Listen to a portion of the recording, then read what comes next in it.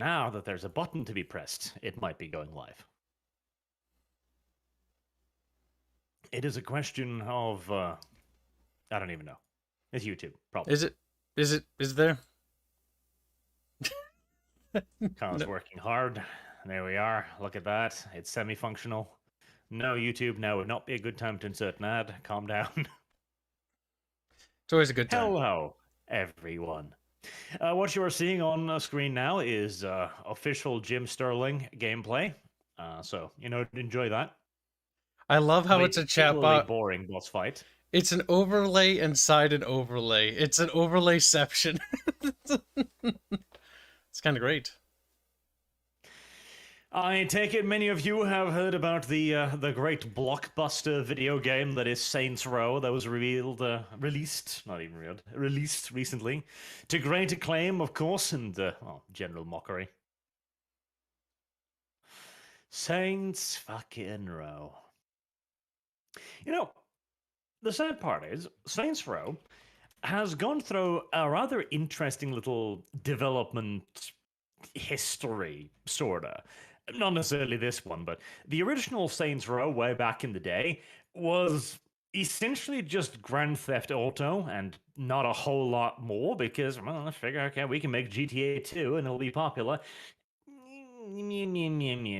No, not necessarily. But yeah, it wasn't awful. It was alright, and so it got a sequel, Saints Row 2, when it really became what the series was supposed to be. Like, Saints Row 2 was a pretty goddamn solid game, and it was over-the-top lunacy the whole way through. It managed to separate itself a bit more from the GTA formula.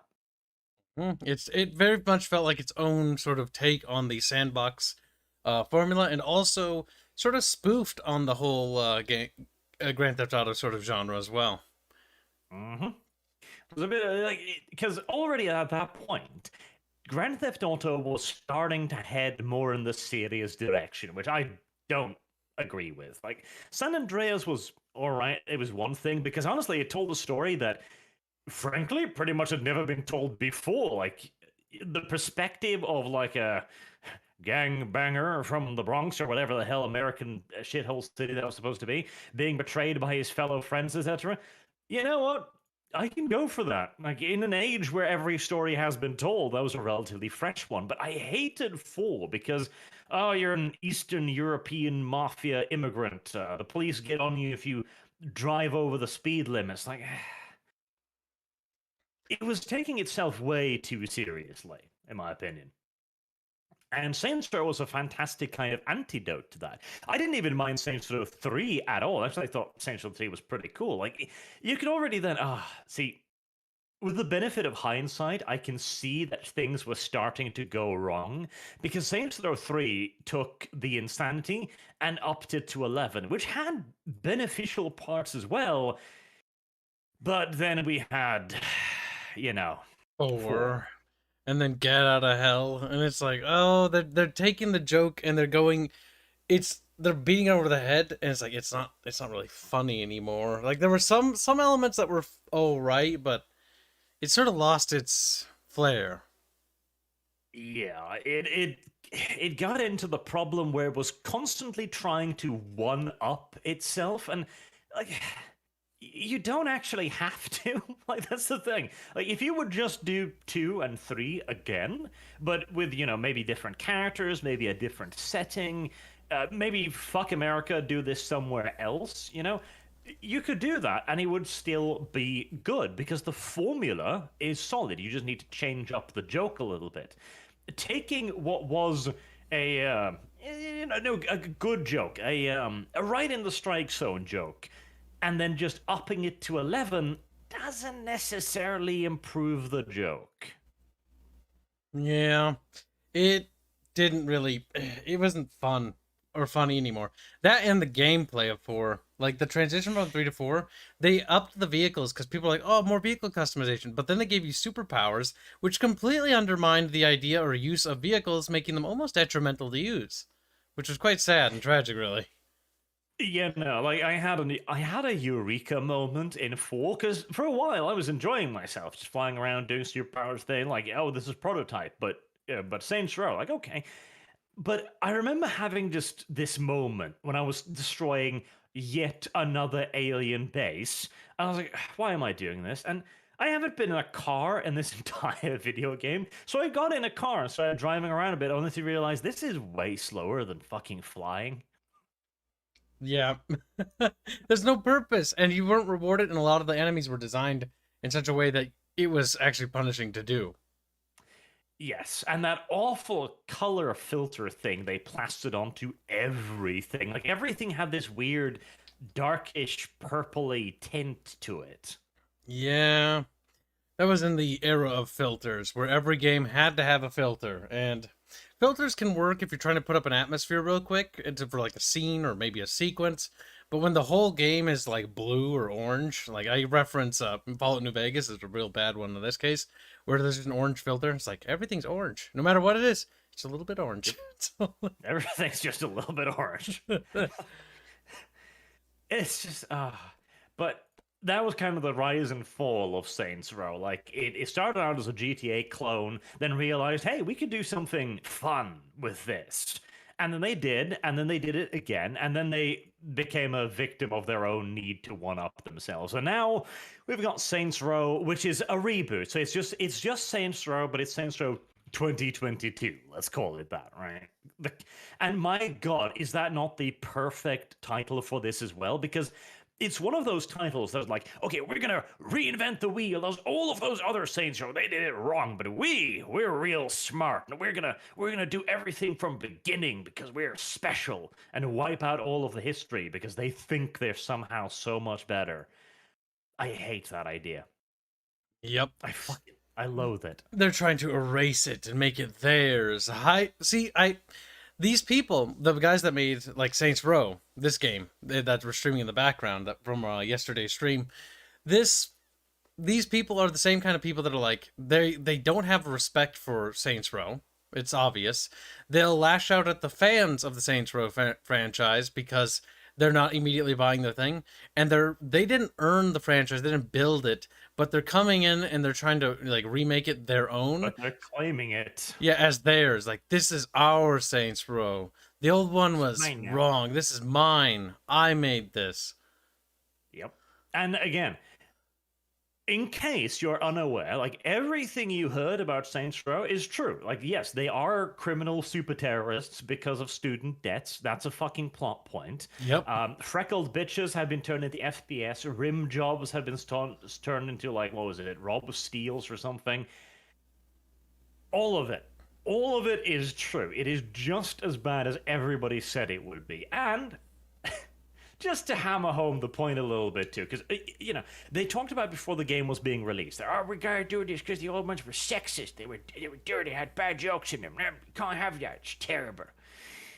This is always projection, as has been demonstrated now. If you open the topmost picture I sent to you, Kyle, the top one. This is from their credit screen, and I couldn't believe it. So I found the Saints Row credits on YouTube, and I looked through them, and this is true. This is confirmed. They list their Discord moderators here, and their Reddit moderators. Already a weird thing to do, but all right.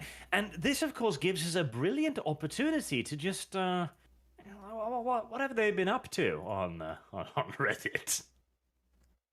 Well, I'd like you to notice the middle one and the bottom one of the Reddit moderators.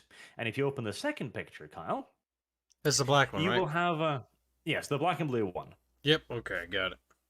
You've got a Reddit post here titled, Guys, I Think My Crush Likes Me, and Horizon666, the Reddit moderator, writing, Rape her on the dinner table, jerk.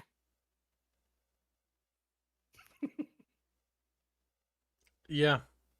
I like how the response is, dude, what the fuck? Yeah, okay, dude, what the calm fuck? down. Okay, calm down.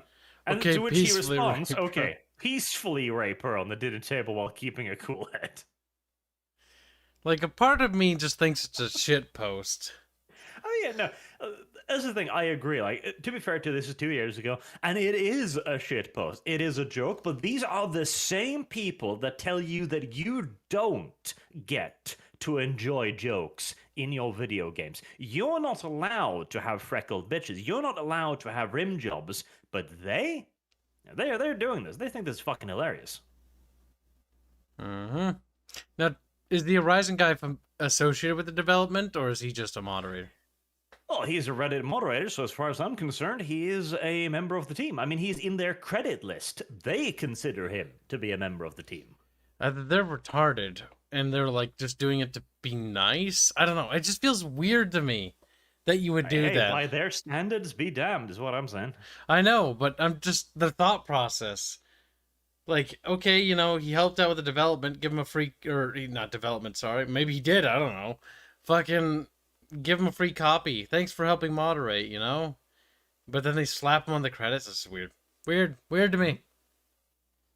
Well, they consider him a legitimate member of the crew right there. And again, this is more and more I'm warming to V's way of viewing this. That it is, we are living in a two-class society. There is the aristocracy, and then there's us, the plebs. And the aristocracy, they'll make jokes like this, just happily, and then they'll turn around, look you in the eyes, and go, no, you don't get to do this. It's bad when you do this. Only I can do it. Mm.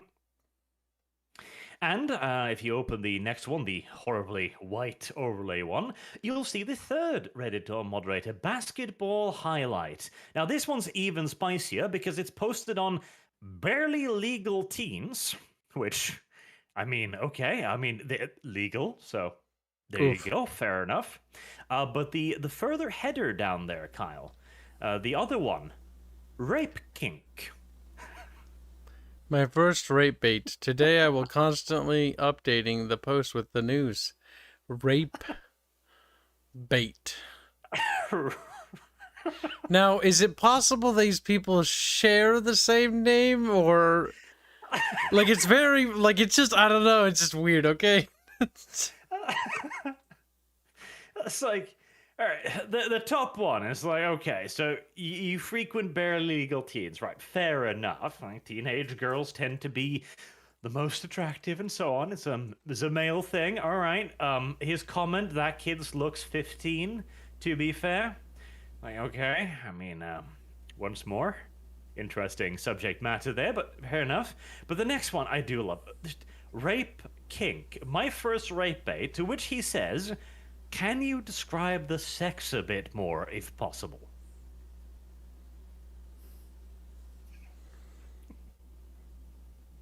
That's just weird. People get off to weird things. To point out that Reddit is the website that had to ban the word groomer because it was striking a bit too close to home. It's just a bit on the cringe side of things, I guess. A bit on the cringe side of things, but again, I don't even care about this guy's fetish, right? Okay, like you're jerking off to rape fetish fantasies on the internet, right? Fair enough. Nobody's getting hurt. Hey, I don't care. The most people into that are normally women, so good chance. Yeah, sure. But what annoys me is again, and the name too. Like, could it be a different guy? Maybe, but Basketball Highlight, spelled in the same way with the same capitalations with no spaces. Unlikely. It's possible, but the chances are what we call slim. Vanishingly small, yes. But again, like, it's a person who's on the team of a game who's like, no, sexist jokes are bad. Like, we need to have a gender slider. We can't have actual genders in the game. We need a sex slider, etc. And who constantly preach at you from their own lofty seat. Meanwhile, they're doing the same things you thought you couldn't do. Yep. Wow. And again, if they had just made a good classical Saints Row game, that would be all this is. It's just shit posting. Or fetish posting, in the latter example. Well, listen, Barge, you don't have to abide by their rules if you don't want. You'll just be punished. You'll be banned. Isn't that right, Barge? Did you want to be banned? That's God, I hate Windows. I accidentally wiggled my mouse and all my stuff minimized. It's all open again. There we go. Perfect. that's just how the world works, Kyle. Yeah. There's also the last picture, which I've been told is another one of their Reddit moderators, the guy in black, apparently, saying "fuck people who like Saints Row 1 and 2, just crying and bitching 24/7." So he just generalized anyone who likes 1 and 2, and yeah, fuck everyone that likes the original games. Fuck them. Yep, people keep pulling the SJW comments just because they dislike something. No, it's because you are demonstrably SJWs, that's why. And, I mean, I do love the fact that SJW has become a derogatory term, even recognized by they themselves. Yeah, I don't think it has a positive connotation. I don't see anybody like, I'm an SJW. It's like, oh, that's a bit cringe. Like, you know, are you sure you want to say that? They tried that for a bit. I remember it's like, what is social? Is that a social justice warrior? Like, yeah, I'm a social justice warrior. Kind of like that pair of people a while ago who was like, no, I'm gonna take back grooming. And grooming is positive connotations. Like, we're gonna reclaim this say word. so. Yeah, wow, we reclaimed it. There they go, like, I'm a groomer. It's like, yep, that's the one you think it is, isn't it? Like, yeah. Like, That's way slow. Got him. Oh, these people are a bit special. The best part is, I like the thing they're responding to. If they keep making games like 1 and 2, people will be happy. Like, correct. Like, 1 less so, because 1 was still finding its feet, in my opinion, but 2, absolutely. If they just kept making games like Saints Row 2, everyone would be happy. Well, I imagine there would have been fatigue at some point. I mean, I do remember people by the time Saints Row 4 hit, people were kind of starting to get sick of the franchise. Well, see, that's the thing. You say that, and then I'll answer with Grand Theft Auto 6. I mean, most of the people I know that like Grand Theft Auto don't like it anymore.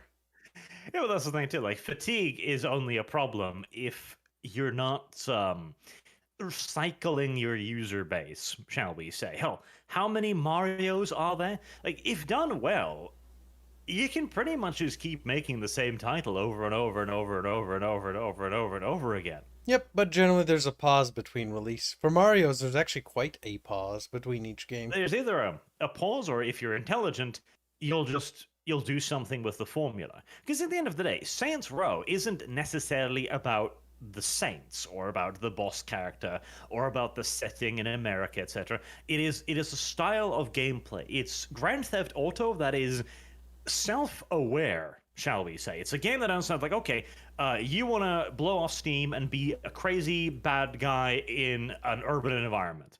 Right, okay. That's all you need to make it then. And then you switch up the setting, you switch up the style, and there you go. You can keep going. Mm-hmm. But, like, that's the thing, too. And we know why they did this. It's not because they didn't know what the formula was or anything like that. It's because they wanted to make this into a point. They wanted to have a message. And the message comes at the cost of gameplay. And it's also an amateurish development studio. Like, Volition, as we know it, doesn't exist anymore. Like, if you bring up your footage again, I was watching Kyle suffer through some of this yesterday, I think. Yep, yesterday. And we could see his little birch icon. But yeah, it was not very fun. I remember, like, 2 missions in, I commented that this is a video game level, because that is all it is. Like, this is made by people who have a rough, generalistic understanding of what a video game is, but it is a surface level thing. Every single fucking level is you doing something, and then enemies spawning at you repeatedly in the exact same way in a slightly different environment. So you'll have enemies spawning at you endlessly in a prison, or you'll have enemies spawning at you endlessly in a graveyard, or you'll have enemies spawning at you endlessly at a donut shop, drop, and so on, and so on, and so on. Yep, and let's talk about like the levels, because the levels, okay, on paper, this is gonna sound pretty cool. We have like a prison escape mission where you have to recover somebody. We have a train heist. We have a mission where we attack a gang club and we go onto a yacht and we have to like escape it as it explodes. And these all sound like really action-packed, don't they? Like at the surface level, it sounds like a recipe for a really cool and fun, memorable mission. But then what Arch just mentioned, the gameplay loop is, oh, there's a room, you get to a room, you kill all the bad guys, you have to fight some really spongy dudes like you're watching the gameplay here, and then you have to do that until all the bad guys are dead so you can move to the next room. And it's like that for almost every sequence of the game. Even the train heist mission was like that. Kill a bunch of dudes in this room, like it's just the same god dang thing again and again and again. And like the vehicle scenes or the chase scenes, which should be cool as well, everything feels so floaty, like the way the cars sort of explode, but your car, when you get in it, becomes like almost indestructible. It doesn't feel good. There's like no responsiveness to the game. It feels very gamey in the sort of like corporate sense.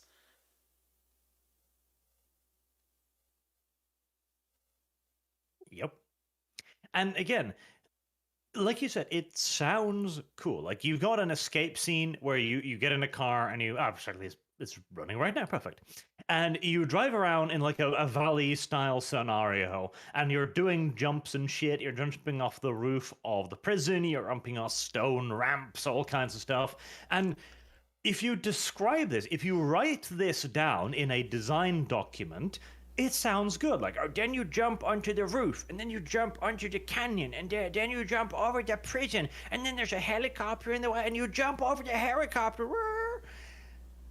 But in execution, it all looks fake. There's almost no sense of speed, to the point that when you do a jump, you can see that the vehicle just kind of flies for a bit. Like it's scripted to fly in this kind of arc, in this kind of span, because you don't have the velocity to make that jump. The scene doesn't feel fast. You never feel like you're in danger. You're not really taking any damage. Like the helicopters aren't dangerous.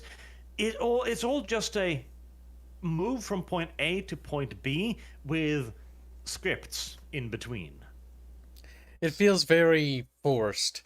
There's you know, it's funny. We streamed Battalion Wars the other day, and there's a vehicle chase section in that game as well, where you're a scout and you accidentally bump into the Tundran army, and you have to basically escape.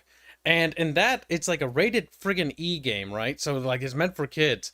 But in that one, like there's all these twists and turns you got to be careful of, and your car's like gonna explode if you're not too careful. And there's actually a fair bit at stake. You're actually kind of on edge because you're trying to very carefully maneuver, and you're racing against the clock. In this one, there's none of that. That old GameCube game has more tension, has more excitement in that old chase scene in that game versus the prison break scene in this game. And it's all because it's too forced. It's scripted. There's no sense of danger. Like in the Battalion Wars one, I messed up one of the jumps and didn't make it across, or like overcalculated. Like it's one of those things where there's actually a chance to fail. In this game, when you make one of those jumps, it slides your car into position so that you no matter what you make it. There's no fail states. And it makes it all just feel again like a video game. Like, okay, there's another section in the jail which I thought was just brilliant, where they're making a joke, right? And this is a Saints Row game, so it can't have stealth. Like, that's fucking retarded. Stealth in a Saints Row game? I enforce stealth sections? Ooh, cancer. And the developers have heard this joke, and so they thought to themselves, the gamers, they'll get this. And so you have to walk past the guards, just walking past them slowly. There's no sneaking, there's no getting around them. You just walk past them, and you must do so in a predetermined path. Otherwise, a little wheel will fill up, and they recognize that you're not supposed to be there. And then it resets. Yep. Yeah, and then it just resets. You don't then get the option to fight. No, it then is like, game failed, go back to the start, and do the fucking mission the way we told you to. And then in the narrative sense as well, which is funny here, at the end they're like, fuck stealth, once you reach a certain point. What it should have been is it should have been scripted that if you fuck up the stealth section, it's fuck stealth, and that's the whole joke. is stealth is dumb. So you would have gotten caught anyways, or something like that. But they don't even do the joke right, because there's fail states in the stealth section, which undermine their whole joke to begin with, which is kind of funny. The entire joke is stealth in a Saints Row game is stupid because it's a Saints Row game, and then they have fail states in the stealth sections. Don't worry about it. You had to get to the section where it's like, stealth is dumb. But you had to sneak there first. Again, like, it's made by people who have this kind of rough idea of what a video game is supposed to be, but, like, they've never actually played one. And again, that's also why they're claiming it. That's why this is Saints Row and not Saints Row 5 or a sequel or anything. It's like, because they think they know better. Like, they have no idea what they're doing, and so they've just claimed it. Like a fucking brain parasite that's taken over the thing. And that's all Saints Row is now. Like, Saints Row 2, which will never be made in all due likelihood, would just be more of this. And, my god, this is volition. That's what cuts me the fucking deepest. They made Free Space, one of the best games ever. Like, Free Space 2 is a fucking masterpiece. As is 1, despite the game not really ending so much as simply just stopping at one point. Listen, back in the day when you ran out of money, you're like, well, there we go, ship it. No, literally, like, Free Space 1 does not have an ending, it just simply stops. It's very dumb. But they are excellent games. Like, the sense of space combat they give you is just unrivaled, honestly. Like, it's a simplistic yet incredibly satisfying control scheme that you can get ridiculously good at if you play it enough. And now they're making, Saints Row. Volition. They made Red Faction. They made Saints Row. They made Free Space. They made a bunch of other stuff too. But guess what they make now? Fun games, Barch. They make games. They make games with very gamey mechanics. More gamey than they ever were before. So, maybe that's a win in someone's eyes. They make gamey games.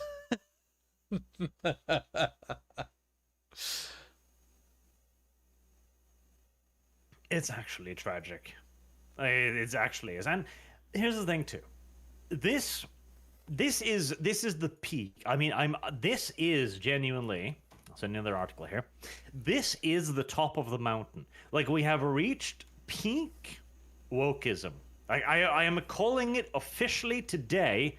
We've reached it. We have reached the top. This is the highest level we will ever achieve, because they have gotten to the point where they are taking, not just in spirit, but in actual literary naming sense. They're claiming things like D&D.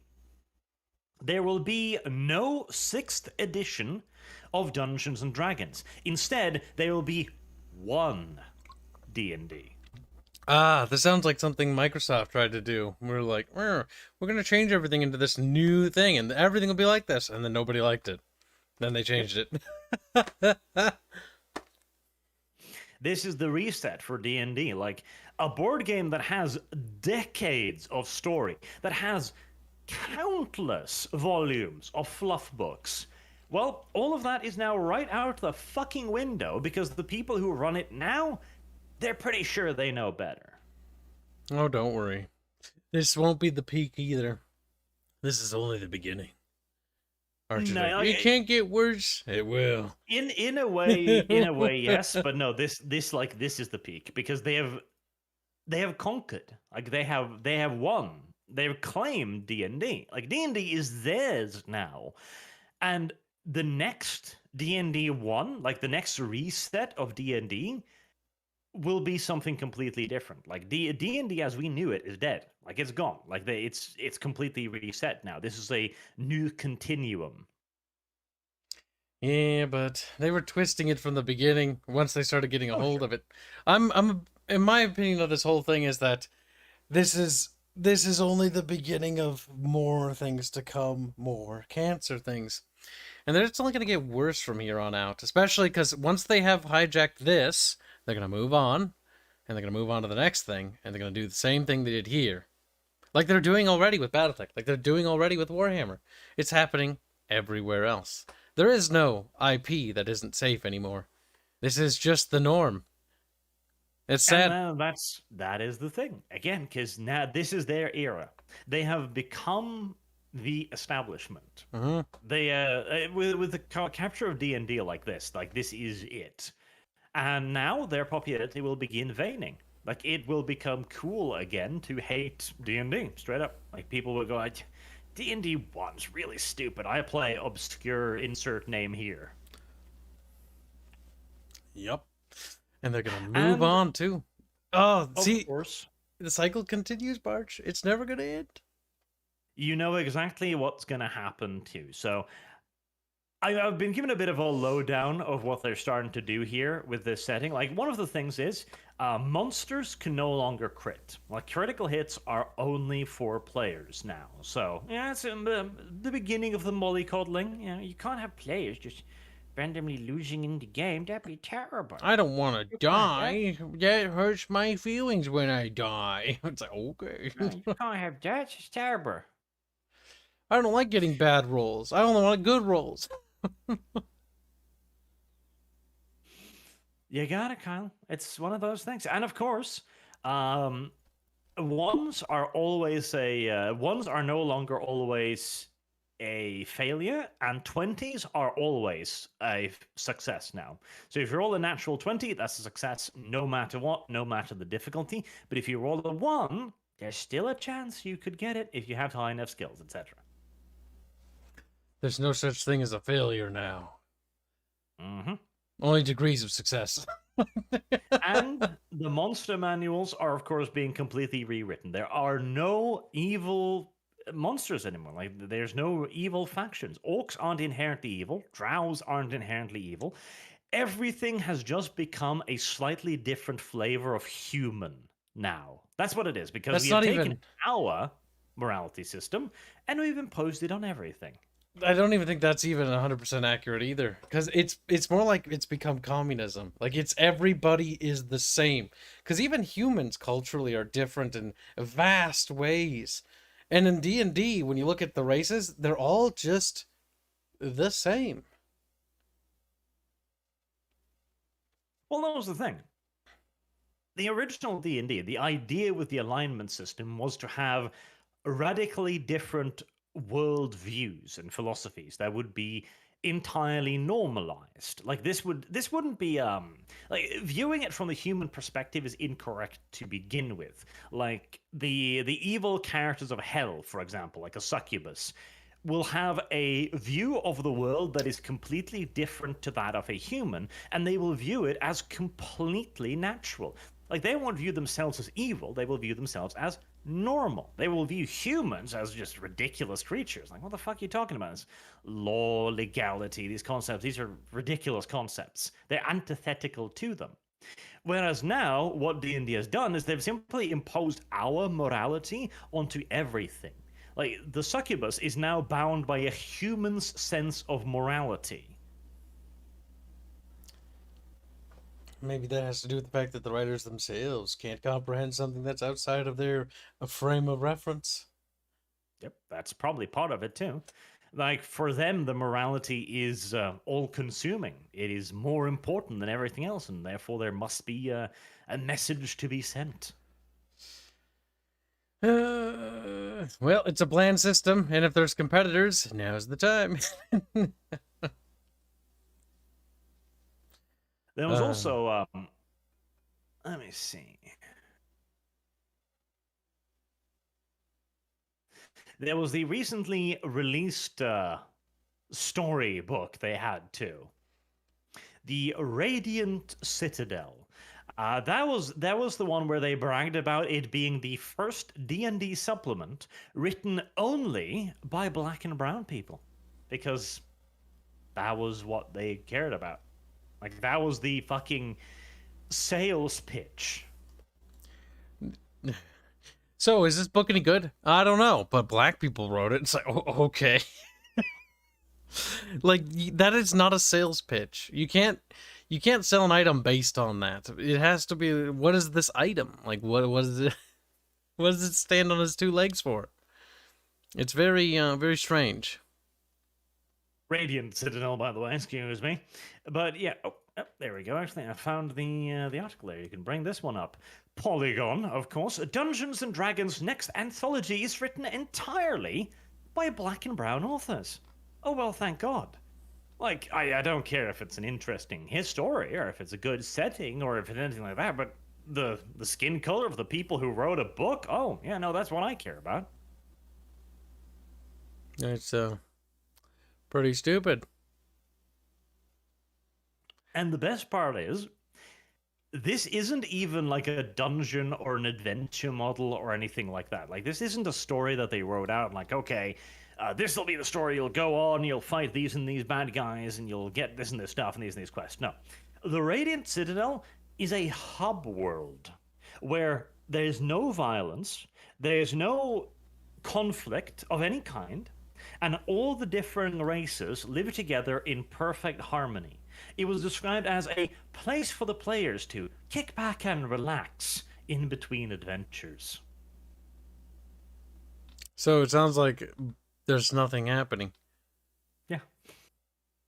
That is exactly it. So what do we do today? Well, I would like to sort of sit around and eat grapes. All right, so you sit around and eat grapes. What would you like to do tomorrow? I'd like to do that again. But this time I want the green grapes instead of the purple grapes. So, okay. Okay. Yep, that is the idea of this Oh. this adventure. It's a fucking hub world. Like, good God. Hub worlds are important in role-playing adventures. You need to have, like, a central base where people can buy shit and go on adventures and go back to heal up from wounds, etc. But this is an entire book written about a fucking hub world.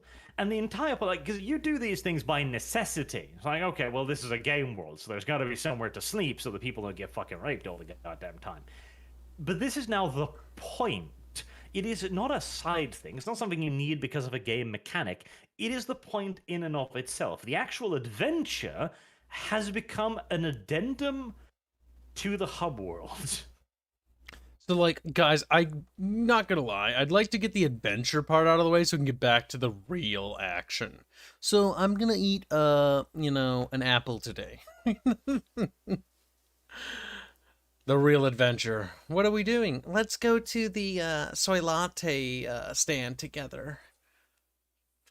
Let's complain about capitalism while we sip on our soy lattes. I think that's a fun campaign setting right there. They're just playing themselves, really. Yep. And I noticed there in the chat too, Lewdcat says you can improve that hub world by saying that is simply the veil pulled over people's eyes, and that there are secrets to be discovered to what truly happens in this hub world. See, that would be a good idea, but no, they expressly said there is no deceit, there's no illusion, it is just a super peaceful hub world where all the races get along perfectly. Guys, I really didn't like how toxic that adventure was. The orc was mean to me. I need to go to the hub world and to recuperate. That's kind of funny. We should definitely one day have a campaign where it's just Radiant Citadel. Every day. Forever. See, I imagine that could be quite interesting too, because after the first 1 or 2 sessions, I imagine the players' only thought will be how to escape this hellhole. See, what could be cool about like the Radiant Citadel is that the players are in fact the villains, and they're there to disrupt the society and break it up into like turning all the races against each other. And they'd be driven to do this not by some kind of grand scheme, not because there's a secret or something, but out of sheer boredom. Well, listen, like, I would just sit there and go like, okay, what do you want to do today? Like, I don't know. Do we need to get some food or something? Yeah, sure. Like today, and I just sit there and stare at you. Today's goal is let's create racism. Like, literally out of sheer boredom, like, how can we make this shop clerk hates the other shop clerk. Well, you see, one's an orc and one's a tiefling, so we have something to work with there. Send the Skaven to the Radiant Citadel. I imagine that would be hilarious because after a few hours, they would just be sitting somewhere screaming. Would you like more cheese? It's like, ah! But the normal populace would just walk past and like, oh hey, ain't that quaint? Look at them, they're screaming. That must be a local custom. Now the Skiven were driven mad. And eventually they too would just be sitting there, driven completely insane, just behaving themselves. Because every time they try to do something wrong, a magical force just stops them. They become goody two-shoes. See, mind broken. In a way that could be interesting, right? So you're like a villain and there's this magical force preventing you, so you have to figure a way out to get around it. Like, that's an interesting puzzle to solve. It would literally be malicious compliance, the campaign.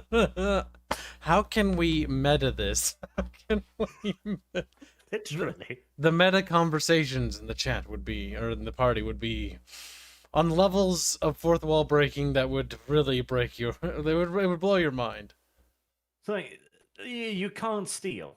Like, why? Well, a magical force prevents you. Like, okay, now we're gonna have to start redefining stealing. I'm not stealing, I am temporarily borrowing. Without asking. Or, I actually kind of like the picture on the article, which has this little strange bat thing dropping, like, tomatoes or something that is grabbed from a black person who's yelling at it. Like, he's not particularly upset about it. He's not chasing after it or anything. And there are people on the street just taking the tomatoes falling from the sky and eating them. Like, it's not a crime. It's just that the thing happened to take some tomatoes. Like, you'd have to figure out a way to present it in that light. It's like, how can I diplomatically... Like, you have to, like, beseech the great being that's watching over. See, I'm just merely, you know, reallocating wealth. And, oh, okay, that seems pretty kind of you. Like, I'm not stealing tomatoes. I'm distributing them without consent. The happiness of this world will increase at the cost of one. It'll be bite cuck meme. You'll have to make the bite cuck argument. Overall, the happiness of this place is greatly improved at the behest of one. Oh my god, the society will be quite cruel. It'll be like that one Star Trek episode where the child has to burn in order for the city to be prosperous. That'll be us. I hate it. I actually do. Just a little bit. Only a little, though. In happier news, the Resident Evil TV show has been cancelled. I tried to get Barge to watch it, but he refused. You failed. And I'm very glad you failed. I knew it would be bad, but I was hoping that I could at least scar him a little bit. As always, Bounding Into Comic, excellent site. Non-woke, you should check it out. But I love the pictures here. I fucking adore them. Like, the first one, like, it looks like not even a B movie. Like, she looks like somebody painted, like, stipples of tomato sauce on her, and she looks absolutely horrified at this fact. Like, I've been painted with tomatoes. I accidentally, the ketchup bottle exploded. Oh, it's... And, yes. Scroll down until you see the monster. I love how the monster looks. Oh my god, Albert Wesker, is that it? And he's black now? Yes. Albert Wesker is black. Of course he's black. The fuck? What did you expect, Kyle? It's like a little slug thing. It's like, open that picture and just fucking look at it. Like, it's the fakest fucking thing I've ever seen in my life. Like, it looks like a blow-up butterfly. God damn. It does look special. He rees. It's not cooperating with me. There we go. The monster. Look at the dead person on the car. The car's not even dented, just laying on it like, whatever, I died.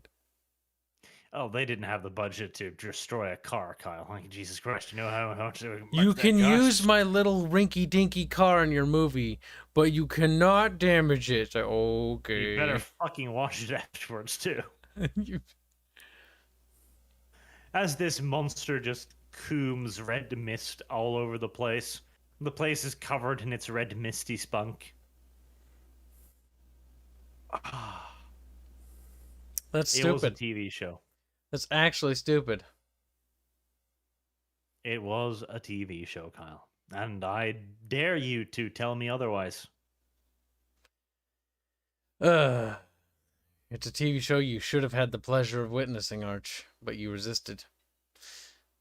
I am very glad we didn't have to go through with that. Think of all the wonderful memories you could have added. You could have added it right next to Halo. Or, I'm sorry, See- Pablo Schreiber. Right next to his ass cheeks, because that's burned into your brain too. I want to avoid the real stinkers. Like, I'll take the mediocrity, but I would like to avoid these. Like, this is just... Like She-Hulk, another missed opportunity. Yep, that's another dodge right there. It's like, oh, dodge that little cancer cell. And to be fair, this is a part of a little bit of a trend that's going on at the moment. I'll probably talk about this more in detail next week, but there has been a lot of cancellings going on of woke properties. Sent you another article there. Batgirl, as we know, was cancelled. The race-swapped Batgirl, obviously, because, again, current year. And I love the sentence here, right? It was labeled as woke, but it simply came together that way because writing that reflects the world we live in.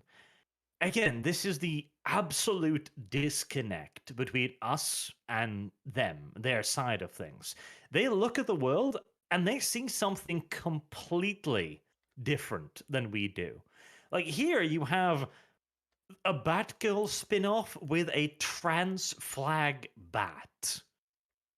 Because of course you do. Because I'm gonna beat all the cis white fascists with my baseball bat. It's like that one fucking furry, like, Twitch streamer or whatever. And there's like holding a baseball bat up and like, I'm gonna beat people because they don't welcome me. It's like, okay. Okay. Alright then. You are making an excellent argument for why we should be very careful of accepting your kind around here. He's like, I'm just gonna be violent to anybody who can't possibly love me. It's like, okay, that's a bit strange. You might need to see a psychiatrist.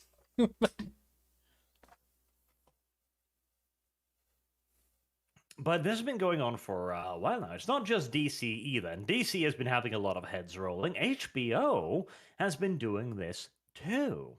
There's quite a... And Netflix as well. Netflix Purge. I don't remember how many hundreds of employees a while ago because of, well, their political leanings and the fact that the points they were... the shows they were agitating for, well, were progressive. And so wouldn't sell. It's actually weirdly beneficial to us, but the streaming market has so many competitors now.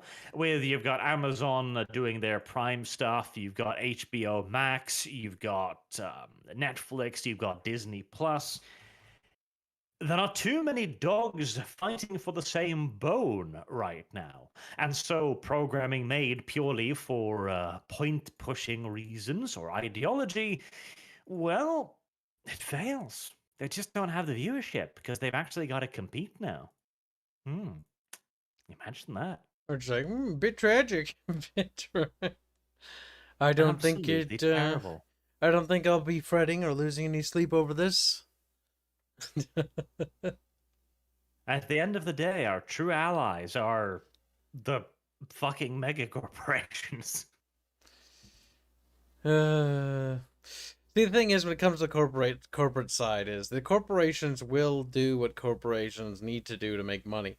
They've just been duped into believing that the whole wokeism thing is the right avenue to go down. And they're like, we're going to get all the money. They're doing the thing that they think is popular.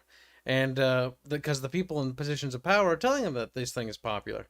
Now that the money is just not adding up, in a decade's time or so, these corporations are going to start dumping and vetting or basically purging their own like studios and stuff of people like this because they're like, wait, this isn't making money. This is losing us money. But these kinds of companies take a very long time to move because they wait for those reports and they look at those graphs on a yearly basis, and so it takes time for positive change. It is the glacial movement of these companies. It is unavoidable. It is a tremendous organization, and it changes course only grudgingly. Yep, so we're gonna have to wait, but what you're gonna start noticing is a trend, and we're kind of starting to see it. It's gonna take time, but eventually that pendulum will shift. Unironically, I would not be surprised if within the next 5 years we see some kind of TV show that is genuinely far right. Like, and I'm not talking just like, middle of the road, cool ass entertainment. I'm talking something that has actual far right talking points in it. And it'll be floated out there and it won't be talked about too much. And it'll be kind of like the dipper in the water to see like, is this what you want? If you want, this? would give money. Exactly. Like that's how these corporations think. They don't really care about half the ideologies, and if they are doing something, it's either to piss over one of their competitors or a rivalry. But most times, it's like money. Any money over here? To qualify as well, like when I say this, I don't mean like alt-right or Nazi or fascist, anything like that. I'm meaning like old school Christian conservative style, like old school American Christian conservative. Yep. Like it will have a very clear moral lesson and it'll be very black and white, very anti-degeneracy, basically. And it will make so much noise because So the not journal right. class will be outraged. You silly Willy. You're like far right. So you're just like middle of the road right, you little. No, I think Christian conservative America was pretty conservative. Like we're not again. This is the same group who tried to censor video games, but they were just kind of shit at it. They were. Let's just hope they're not going to be successful, because they will try again. Because I know half my family is super fucking Christian conservative, and their views on video games are still what they were back then. They have never changed. They're not based now. They're still pretty fucking cringe. They're like, video games should be banned. Movies should be banned. It's like, okay. Okay. No, like if you can show look at their morals compared to a lot of the leftist stance, and their morals themselves will be the exact opposites, but their conclusions will almost Are the always same. be the same. Yep, because these Yes. people are just the same as these communist SJWs, but it's kind of like, the whole Nazism versus communism. Both are equally bad. Both are shit. Both reach the same shitty conclusion. And again, the journals will and they will read loudly, and that will bring a ton of attention to it. And if it succeeds, well, now you know which way the thing's going to swing for the next foreseeable future. I just hope it swings back to the middle, and it's going to swing right, whether we like it or not. But it doesn't really matter as long as it doesn't go overly crazy with that pendulum swing, because that's what happened when it swung left, and it went hard into the fucking weird anarcho sort of communist bullshit rhetoric stuff. Just the real baddies. Yep. So, we're gonna see, but we will have a proper conservative future at some point. I can guarantee you that pretty much. How far will it go? Well, that's the interesting question. But these firings, good thing, absolutely, genuinely so.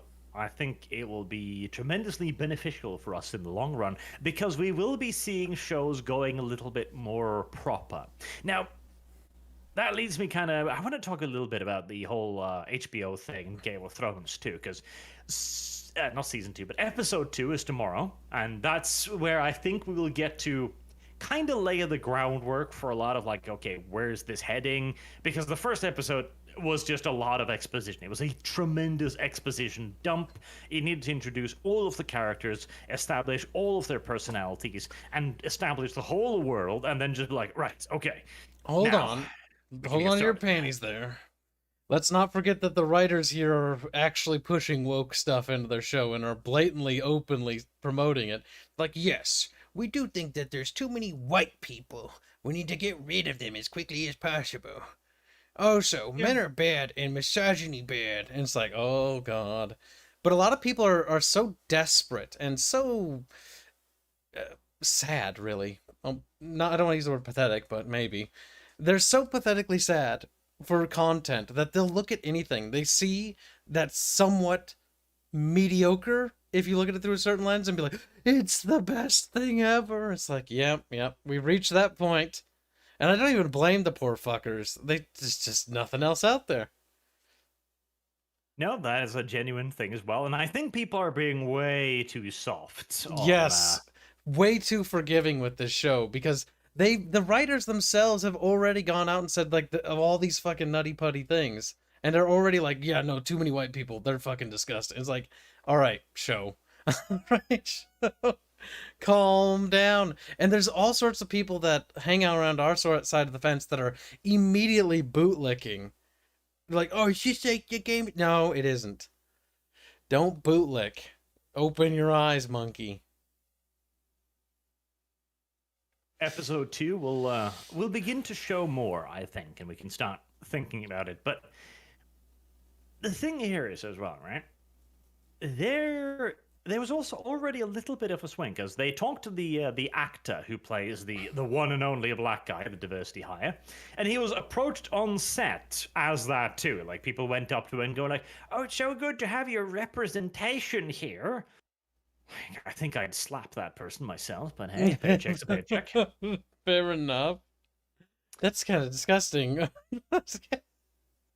And I actually thought he did a fairly good job in that he didn't attack the fans. He trotted out the old tired line that he knew the interviewer wanted him to say. It's like, "Oh ha ha, people are fine with dragons and purple eyes, but not black people. Oh ha ha ha."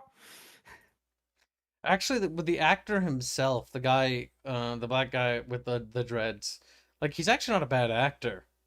No, he's not. Like, he actually did a decent job on the show in his acting skills. It's just, again, my issue is when we change characters for the sake of changing them. Like, that's the annoying thing. He brilliantly dodged the question because he knew it was loaded. And if we can just start seeing more of that, that'll be good. Because it was the same with Pablo Schreiber. For all of the faults of the Halo TV show, many of which can be directly attributed to fucking Pablo, he never attacked the fans. Like, he always tried to remain civil. He was understanding of the fact that he is the dancing monkey, and he exists to be the dancing monkey. And that is it. Like, okay, right, fair enough. That is a point. That is a good thing. And after an era of actors constantly attacking fans, even that's a little bit of a bright spot.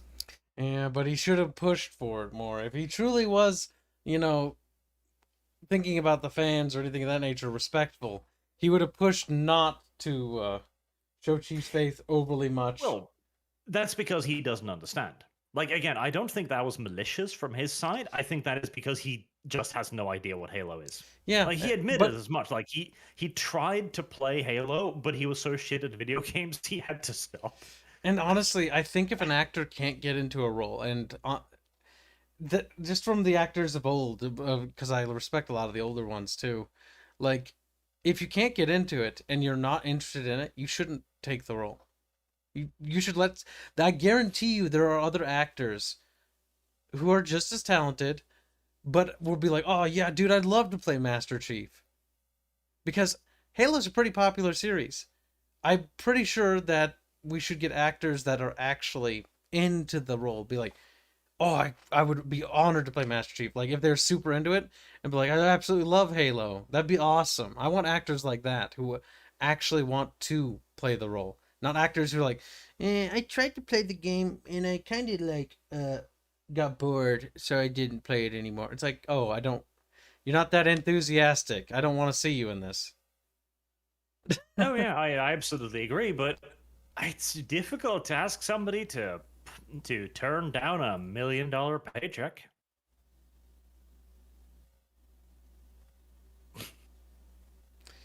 Gibbs just nods like, yes, to be fair. I did change my profile picture to be a brony for dollars. Yeah, but the thing is, you have an actor who does that. It's still not forgivable. Like, the thing is, if you're paid to do something, do it and put your back into it. I did it. I put my back into it, and my back is broken now, and I'm dead. Yeah, but again, like they're incapable of it. Like that is the thing. Like that is the fundamental disconnect. And to be fair, this too is a fairly new idea that, you know, we've come up with here, the idea of the soul and the fact that they don't understand, because there's something you can't read yourself to. Like no matter how much of Master Chief's character you read, you won't be able to understand why gamers like him if you're not an actual gamer yourself. Which is why the few actors that do think like this do such an amazing job when they are cast in the correct roles. Like Carl Urban, for example, who straight up refused to play the part of Judge Dredd if his helmet was to come off. Because originally the helmet was supposed to come off in Dredd 3D. God, fuck that name. Yep. By the way, these Carl Urban said no. Yeah, if you buy the movie, or buy the Judge Dredd movie, I don't think it's called 3D. But that marketing thing, I think, is what really broke it. No, its name is actually Dredd 3D. Like, it's in the fucking title. Really? Are you sure they didn't change it after the fact? Because I thought they did. Sort of like Day After Tomorrow, or whatever it was called. I think they removed the 3D after the fact, but the original movie title during the release, yes, they called it Dredd 3D, which was retarded, and it was also at the end of that fad too, like right at the end. Not even at the end. It was like 3 years after the fad. It's like people are like, I don't care. It's like, okay, fair enough. Right, I found the poster there. It's got like little retard like little things on it, but that was the poster. And I remember I specifically didn't go to watch the movie because of that 3D part. Yep. My dad and I, the exact same reasons, because we looked at that and we're like, that looks cool. And then we saw the 3D part and we're like, nah, we'll wait till it comes out. And we did. We picked it up when it came out, when we didn't have to watch it in 3D in the theater because cringe. And it was actually good, but it didn't matter anymore because the movie bombed and there was never going to be another one. It bombed like mad, and it was all because some motherfucker decided to put 3D in the title. Like, because it's a good action flick, a really good action flick. Yeah, it's pretty fun. The action scenes are fun. The violence is good. The one thing that aged poorly is you'll tell right away, especially with the drug scene, the slow-mo part, is when they do those clearly meant for 3D shots. Yeah. Those shots, oh, I wish they would have reshot them. They don't look terrible. They're not terrible, but you can tell it's gimmicky. Yeah, you can tell that this was put in there specifically because gimmick. And it's like, okay. But the movie is still worth watching despite those, because they're actually just minor annoyances, and that's honestly really kind of just it. The acting's fun, the character's fun, the set pieces are good, and the action's interesting. Yeah, and this is despite all this was made on a fucking shoestring budget. Like, the costumes are passable, you know, they're okay, but his bike is just like a regular bike with a plastic covering on it, and it's not looking. Listen, they only used it for the opening scene, or the chase scene, to get to the tower. Then they never used it again. And that's a good thing. And it was all shot in some sort of factory or an industrial location. Yep. It's a damn good movie, and it is a fucking shame that they had to fucking put that fucking 3D in. But again, Carl Urban is an old school breed of actor, somebody who gives a fuck about the characters he portrays, and that makes him such an incredible guy. Like, and at the same time, though, it shows the difference it makes. Like Henry Cavill, the man I have a man crush on. Okay. Okay. In Superman, I fucking hated him. I fucking hated him. I hate the new Superman movies. They are so boring and stale and sterile and cold and uninteresting. Man, they're terrible. Like, I know some people like them, but I fucking loathe them. I only watched one of them, and after that, I was like, when I see Henry Cavill, I don't know why, but because of those movies, it feels like it almost typecast him too. He's boring, and that's really sucky for an actor to have happen. Exactly. When they announced The Witcher and they announced Henry Cavill, like I just sighed. Oh my god, no, that's not gonna work. Because all I could see was him acting as Superman, and Superman was such a boring character. And it wasn't his fault. He was written to be boring like that. The writers didn't do anything with him. Yeah, Superman doesn't have to be boring. Superman doesn't have to be dark or gritty either. Superman could simply be the goody two-shoes guy. Like, that is a character you can portray. And honestly, in this day and age, it would probably be fucking refreshing to have somebody with morals on screen. Like the good guys being good guys. Oh, speaking of morals and good guys being good guys, if you watch the Dead Island 2 thing, when they announced Dead Island 2, they were explaining the game. They were like, hey, we're going to make a story, and it's not going to be about like humans being bad. You're the humans. You're the good guys, and you're fighting these monsters, these zombies, and you're going to be cool. It's going to be pulp heroism, and it's going to be you being the good guy. And I'm like, well, that's a novel concept. It's not, but it feels novel because every like zombie game or horror game we've gotten recently, it's always been like humanity is the bad guy or mankind is the evil thing, and the zombies are just window dressing. Here we have a zombie game finally coming out where we're the good guys again. We get to be the heroes in this action game, so that's actually kind of exciting. Hopefully that turns out well too. A positive direction shift. Maybe. And yeah, when Cavill was playing The Witcher, he put his all into it. Like, he is a perfect portrayal of Geralt. Like, the only reason the first season got a sequel was because of him. Because the first season is not very good. Like, the writing is terrible. The set pieces at times is some of the cheapest shit I've ever fucking seen. And that ridiculous storyline that skips randomly from episode to episode. You don't need a connected story, Arch. Don't be silly. We live in the current year. So dumb. But again, an actor who gives a shit can make all the difference. And will make all the difference.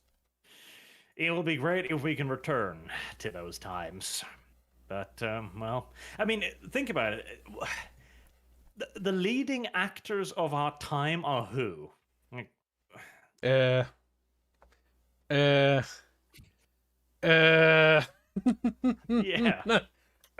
don't know, actually. Like, we do have some really talented actors, but you don't really think of them the way you used to. Like, you know... No. The industry's kind of changed. Yeah, no, absolutely. Like, back in the day, everyone knew who, like, Tom Cruise was. You know, Tom Cruise was an everyday name. Everyone knew him. Or Tom Hanks. Like, oh, yeah. These were massive names. Like Jim Carrey. Everyone knows them. And now it's just like, there's a new movie coming out, and it's a bunch of just people, and you're like, oh, I'm sure they're probably good at something, maybe. People here are better names than we are. Henry Cavill, Daniel Day-Lewis, people say The Rock. Like, Cavill, I'll give you. Daniel Day-Lewis, I have no idea who that is. Robert Downey Jr., that's the one you're looking for. He's like Iron Man. I had to remember that guy. Yeah, but Iron Man, like, he's not exactly a young buck either, is he? Robert Downey Jr. was born in 1904. Oh, he's a dinosaur. He's actually ancient. Keanu Reeves. Keanu Reeves. 1957, excuse me. Man. Keanu Reeves is good at playing Keanu Reeves. He can only do one thing. And even then, Keanu Reeves is not he's not a current generation actor. Like he's also old 5 now. generations ago actor. Yeah. We're more so talking about new, like, who's a big up and coming actor right now, chat? Somebody who's like 20 or maybe like in their early 30s. Chat's like, your 40s? It's like, God damn it, chat. Unironically, the actor who's left the greatest impression on me recently in a good movie was fucking Tom Cruise in Top Gun, in Maverick. Yeah, I hear that a lot. Still have yet to see that. It's really good because, and the thing that makes Maverick so good is because it has no message to send. Like, it doesn't have a point. It doesn't try to say anything about the modern world. It's just a fucking action flick where you get to watch fucking cool-ass jets dropping bombs and doing insane maneuvers. Like, yes, thank you. All I wanted. Not every story has to have a deep message about something. Like, even, like, if you really want to read into Lord of the Rings, you can, but if you don't even read into Lord of the Rings, it's still just a fun story. Yeah, it's about, good and evil, and it's fairly simplistic in its message. It's not actually that deep. But it's actually really good. And a good story isn't defined by having a deep message about, real world politics or real world life things. It's not. It never has been. Like, a good story is just a fun story, really. If it's fun, it is fun. It's like one of my art instructors used to tell me, if it looks good, odds are it probably is good. Top Gun Maverick has surpassed Infinity War at the box office, says Karma's Camera. Well, you fucking go. Divinity Duckworth says Maverick didn't have a story. And you know what? You're actually kind of correct. Like, what is the story of Maverick? And I can't even spoil it because there's nothing to spoil. Is that an unnamed country in an unnamed region of the world has made fair enough. Like, it is to the point. Like, they don't show a flag, they don't show an emblem. Like, they just go like, a country is destabilizing the region. That's it. And they have made a nuclear refinement plant that is like in the caldera of a volcano. And the only way to hit it is to knock out an air vent and then drop bombs down the now blown out hole of the air vent. All of which is nothing more than an excuse for having ridiculous, impossible flying. Like, that's the story. I mean, it facilitates the action, so... And sometimes it's okay to just have an action movie once in a while. We don't need to have... Like, I just want, like, a cool scene where people shoot each other and they have great giblets and they, like, explode and it's bloody and violent. And, it can be, like... It can have a cool story, like, God, what's that game that inspired Red Faction? Or movie? Oh, God, I always forget its name. Total Recall. Total Recall. It can have, like, a simple story like that. That was good enough. And the action scenes were fantastic. Yep. You don't have to have anything particularly complex. In fact, the more you read into shit, that's where the problem comes from. It's like, you've seen so many of the recent Lord of the Rings people, for example, the Rings of Power, going like, Lord of the Rings was good because it was a story about people with differences, of all races coming together to fight against evil. It actually wasn't. Like, the Fellowship fails. It fails immediately. And it is up to a single race to save the day, because literally Frodo is, well, he's biologically better than the entire Fellowship to do this. Like, he has a special gift that makes him unique, and it is upon him all of this rests. Like, the power of unity and friendship of all the other factions is worth diddly fuck dick without Frodo. Mm-hmm. And the thing is, while the Fellowship breaks, they all end up, like, the Fellowship, it's kind of a cool story, because the Fellowship technically breaks up, but it really doesn't, like, spirit, because they're all still working towards the same goal, but they're working in the ways that they're better at, and what they're good at. Aragorn taking up the kingship, of Gondor. The Fellowship breaking is an excellent way to introduce a sense of danger to the story. It isn't a perfect run. It isn't just a heroic quest. In fact, it starts out as a defeat. Like, this is one of those brilliant parts of Tolkien that so many people don't give enough credit to. Because if you make like a villain like Sauron, and this is something that so many settings get wrong, right? They go like, "Oh, the grand evil, it's so dangerous and so powerful," and you're like, "Okay, but what has it actually done? Like nothing." Whereas Sauron, he is a physical threat. Like, his corruption is real. It affects people. It almost breaks Boromir. It almost destroys the Fellowship and sees the ring lost to the orcs of Sauron, like the Uruk-hai more correctly. Like, the Fellowship ends with a defeat for the forces of good. See, there's many good stories in fiction that actually this happens in. Another great example is what uses the exact same thing. Is if you look at Star Wars: A New Hope and then look at Empire Strikes Back, and the movie, and what happens in the movie in Empire Strikes Back, the good guys lose. That is the ending.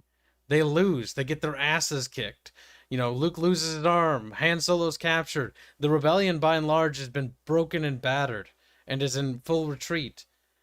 And that's what makes it cool, is because it's like it sets the stage for like, oh wow, like the Empire is striking back. They're a force to be reckoned with. They won. The good guys lost. And that's a cool story. And we don't get enough of those where the baddies win once in a while, because it really hammers home the threat, or it makes the story a lot more interesting than good guy does good guy thing, and then he wins. And it's like, okay, that happened. Sort of just a straight line up. Story arcs that have ups and downs are better than story arcs that are just straight lines. Yep. Sometimes all you need is a simple story with a few well-meant and well-delivered adjustments. And it'll be infinitely better than all the messaging in the whole wide goddamn world.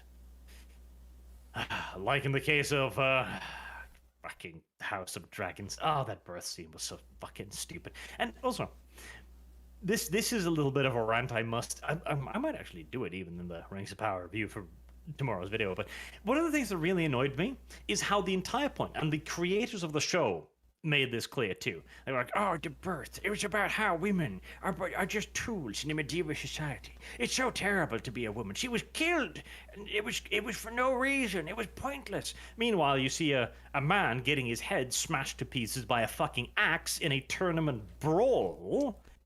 And it's not even mentioned. Like, it is presented as if the two are equal, when in reality there's no equality to this. One is being given all the focus, all the praise, and is the centerpiece of the entire thing. The other is just a fucking extra that gets some blood splattered on him. Yeah, but that's that's good storytelling, Birch. Well, that's the reality.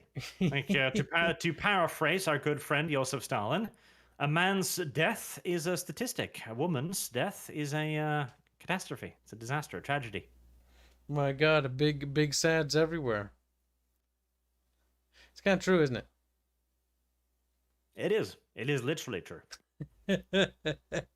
A woman's death is a tragedy. A man's death is a statistic. And the thing is, we're biologically, like, we have that ingrained in us too. We're all just simps and we can't fight it. No. That is true. You are a simp. Wow. Coming from the big blonde simp himself. That's rich. You invited that one onto yourself. I stand blameless. Oh, I'm sure I can blame you. Right, that was a bit of a side tangent from what I was intending to do. Now, at the end of all of this, I want to afford Kyle a rare opportunity. Oh, really? What do I to doubt? do your fucking job you're being fucking paid for. Wow. Do I get to talk about something that I prepared for once? Yes. Holy shit, Barch. I'm impressed. I almost thought you just forgot. Very rare you actually bring something, okay? I always have stuff. You just never let me say it. I'm like, Barch, what about this? And you know what he normally says? He's like, meh. It's like, meh, meh, meh. Because it's usually meh. Oh, now I gotta Google it again. Well, I want to get the See, footage that's up the in the thing, like, background. now I gotta Google it. Like, you don't I have it on prepared. fucking pins. Prepared. It's pinned. There it is. Bada bing, bada beam. So, we're going to talk about Tempest Rising. I met one of the head writers for this. Pretty cool guy. Does Command and Conquer lore. His picture's a submarine. Oh no, I forgot his name. Hold on. I have it pinned. No Strings PRD, I think. Pretty cool. They're working on a game with 3D Realms that's called Tempest Rising, which is a spiritual successor to Command and Conquer. It's got a little bit from what I looked at of this gameplay footage, which I'll drop a link in chat in case you want to look at the whole thing yourself later because it's quite long. And they go through the details of how the game works, and it's very much an homage to sort of the Westwood style of RTSs, though it has elements from the more modern StarCrafts in it, and not the kind that I don't like. The sort of like interactive missions where you can, during the mission screen, you can talk to the guy giving you the briefing. You can ask him questions, and there's like an armory that you can look at to see all the equipment you unlock. But it's coming out 2023. It's going to have single player, 3 factions in total, 15 missions per faction for the 2 human factions, and then the unreleased secret faction, which, if I had to guess, has to do with the Tempest, which, in case you're wondering, the Tempest is like this red Tiberium stuff. It's very much influenced, I think, by the Tiberian Sun universe, but it looks kind of interesting, at least the full gameplay video. If you actually watch the proper one, the one I sent you, Arch. Have you looked at it? You didn't, did I you? would prefer if the third faction was the Allahu Akbars. No, you know what they are. They're going to be the red Necrons. God damn it. I know. Like, hey, if they're cool, I'll be okay with it. That is one of my main problems with this, because I look at it and I go like, okay, so you've got the people from Planetside fighting Necrons. Listen, it's the red, okay? That makes them bad. Don't you understand, Barch? At least I'm assuming. We're kind of guessing. It is indeed a palette swap. You are correct. They did say during the stream that the third faction was not aliens. They also said that it wasn't grass, bugs, or slugs, but I think that was the developer making fun of the journo that was asking questions. Grass, bugs, or slugs. If they make them actual undead robots, I am going to scream. And I'm probably going to ask GW to sue them, okay?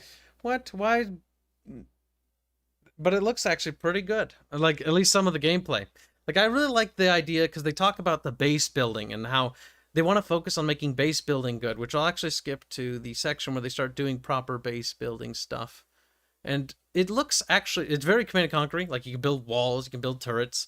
There's this red Tiberium stuff, like I mentioned before, that you have to harvest. I mean, if it's fun, you know? And I like the idea of the interactive missions with interactive dialogue in between sequences.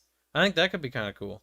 They also mentioned that some of the stuff you might be able to do will affect the campaigns, like doing side objectives might affect different agent storylines or your hero characters, which is an interesting concept, though we're going to have to see what they do with it.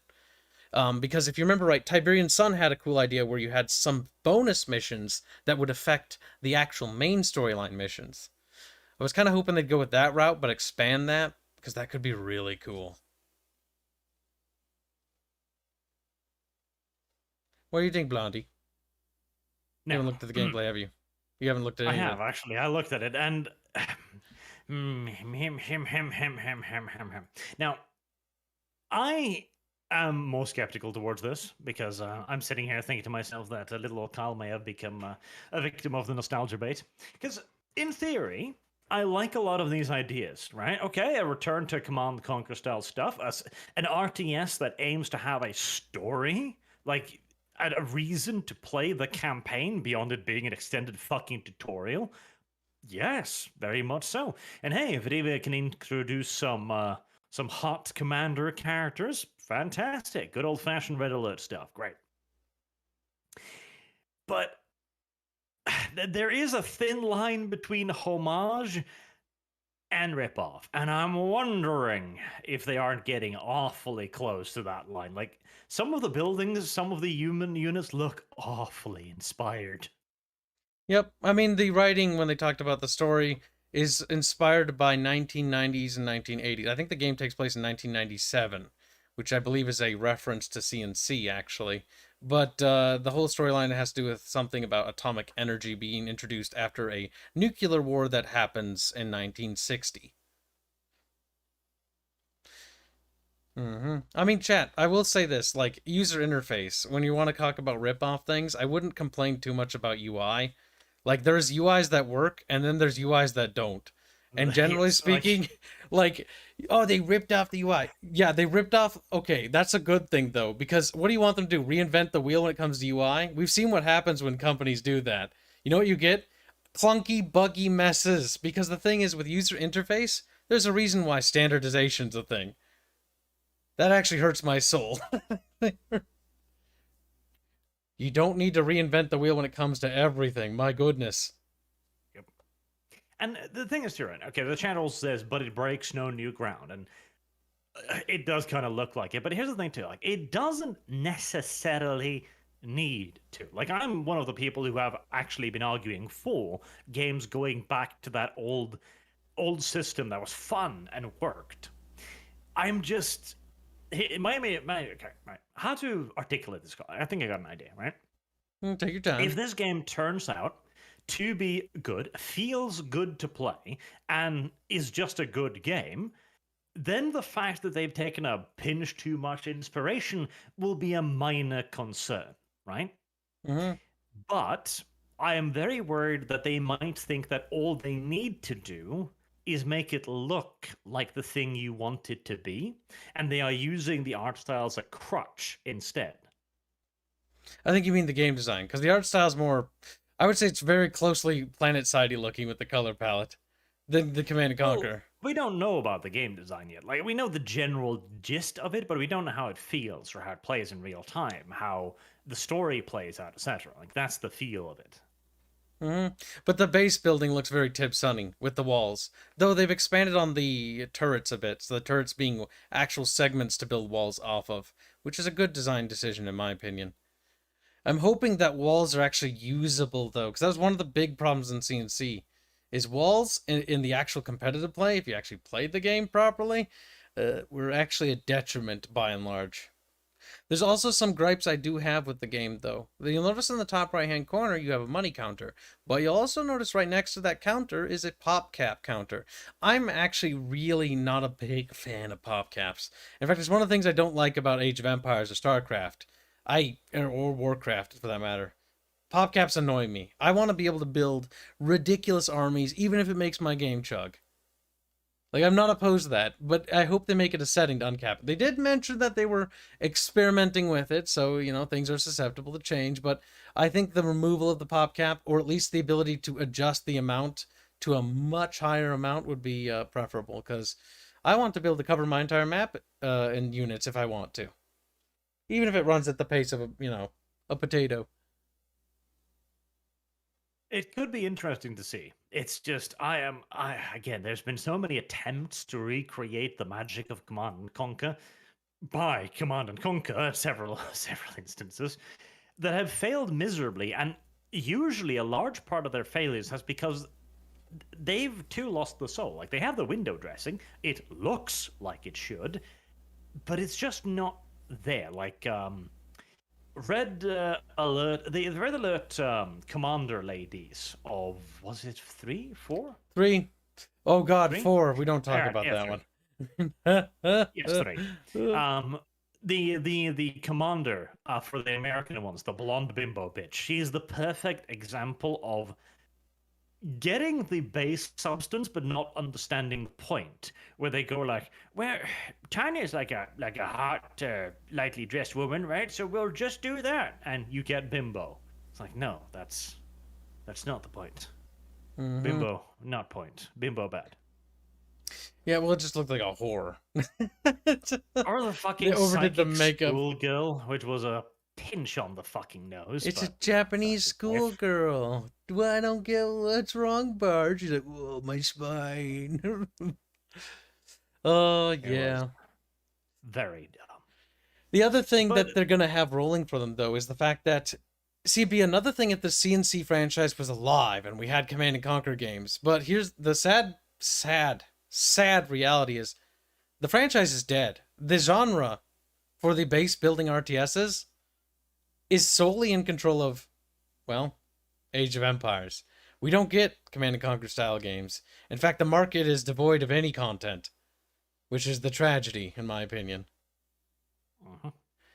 Which leads us to asking why, of course. And I think it's a bit of a mix here. It's on the one hand because the people who were making them don't think they'll sell anymore, and because all of the games that have tried to do that, like Grey Goo or Red Alert 3, didn't really do particularly well. Yep. Well, Red Alert 3 fell into the trap of following StarCraft, just like fucking Grey Goo. Grey Goo did the same thing. They followed the StarCraft route, the high-intensity micro and esports thing, which I do want to touch back to this game. Now, they talked mostly about the single-player campaign and the missions and focusing on, like, there was minor discussion and references to map editing and the multiplayer side of things, but they also mentioned one word that made my spine crawl. They mentioned, like, competitive play, but then they mentioned like esports stuff. And the minute I heard that is the minute I'm like, no, like that's a trap. That's a trap that every RTS game always falls into. If you hyper balance for in a asymmetrical game for esports play, you end up with StarCraft, where the high end play is only going to be 2 to 3 strategies, and everything else is unviable. So there you'll have units that are just obsolete or suboptimal units for play. I always dislike that. Yep.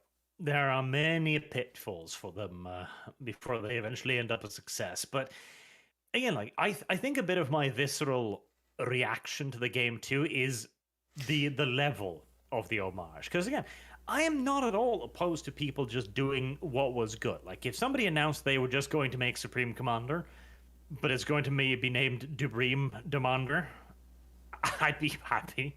I'd just be like, yes, please.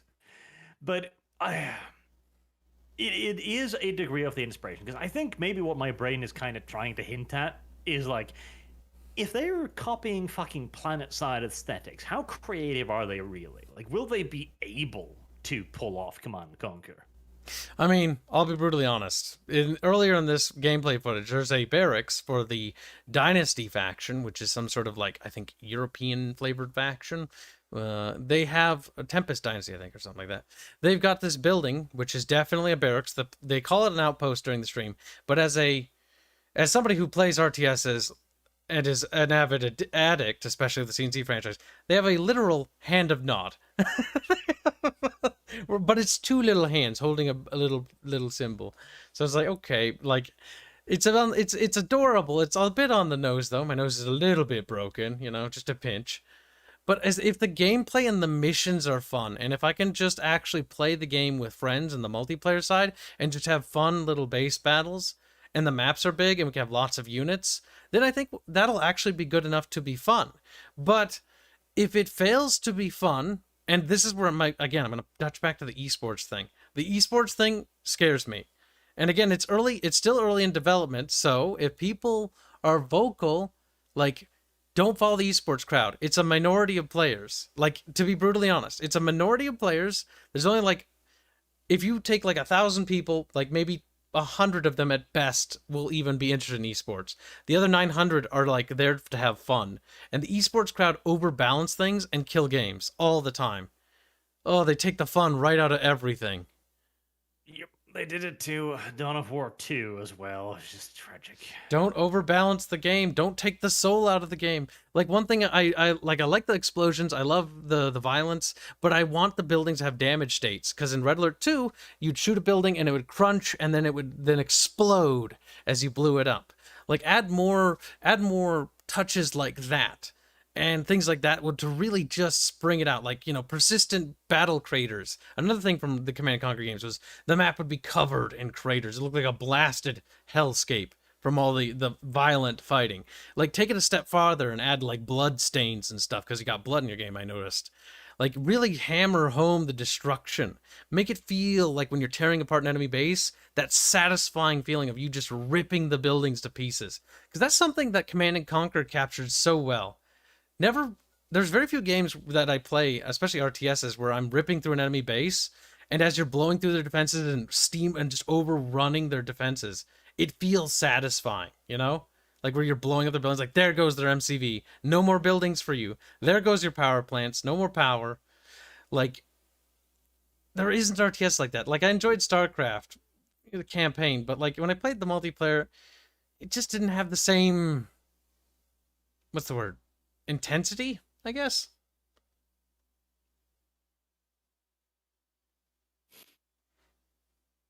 Drop Command and Conquer like the filthy old news, yesterday's news it is. No, you built the And company, embrace- Ozora. Embrace KKND. KKND is also Command and Conquer, though. They're the same. You like Command and Conquer, Yeah, you'll but love it's clearly KKND. superior. KKND is also a bit on the buggy side, though. KKND is better in every way. Like, it's got cooler units, cooler buildings, got more blood and gore, See, and that's it's got farming robots. that's also the loser take, though, and you know it. You can have both, your cake and eat it. There's no reason to only pick one over the other. Why not love both? Be the whore you are.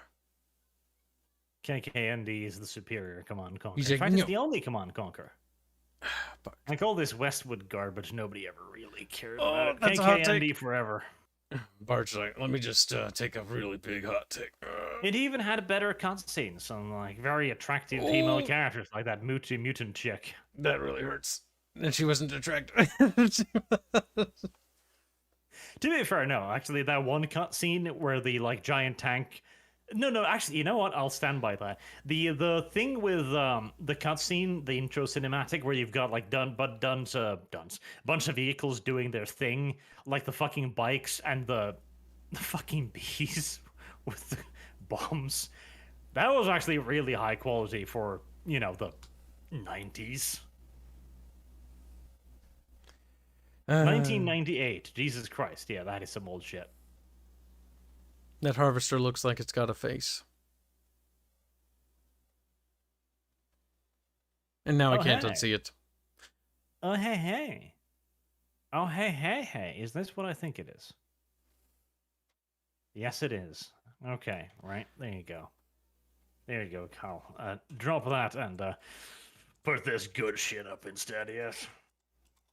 Hold on. I'm agreeing with Behrman as we're dunking on you. He's like, what? Little tears. See, cross KKND is neat, but like compared to CNC, it's really doesn't hold a candle. Superior in every way. It's correct. Even the cutscenes lack the ridiculousness of CNC's cutscenes. There's The a beauty. bee dropping bombs on a bike in the desert. Does KKND run on modern computers? Some.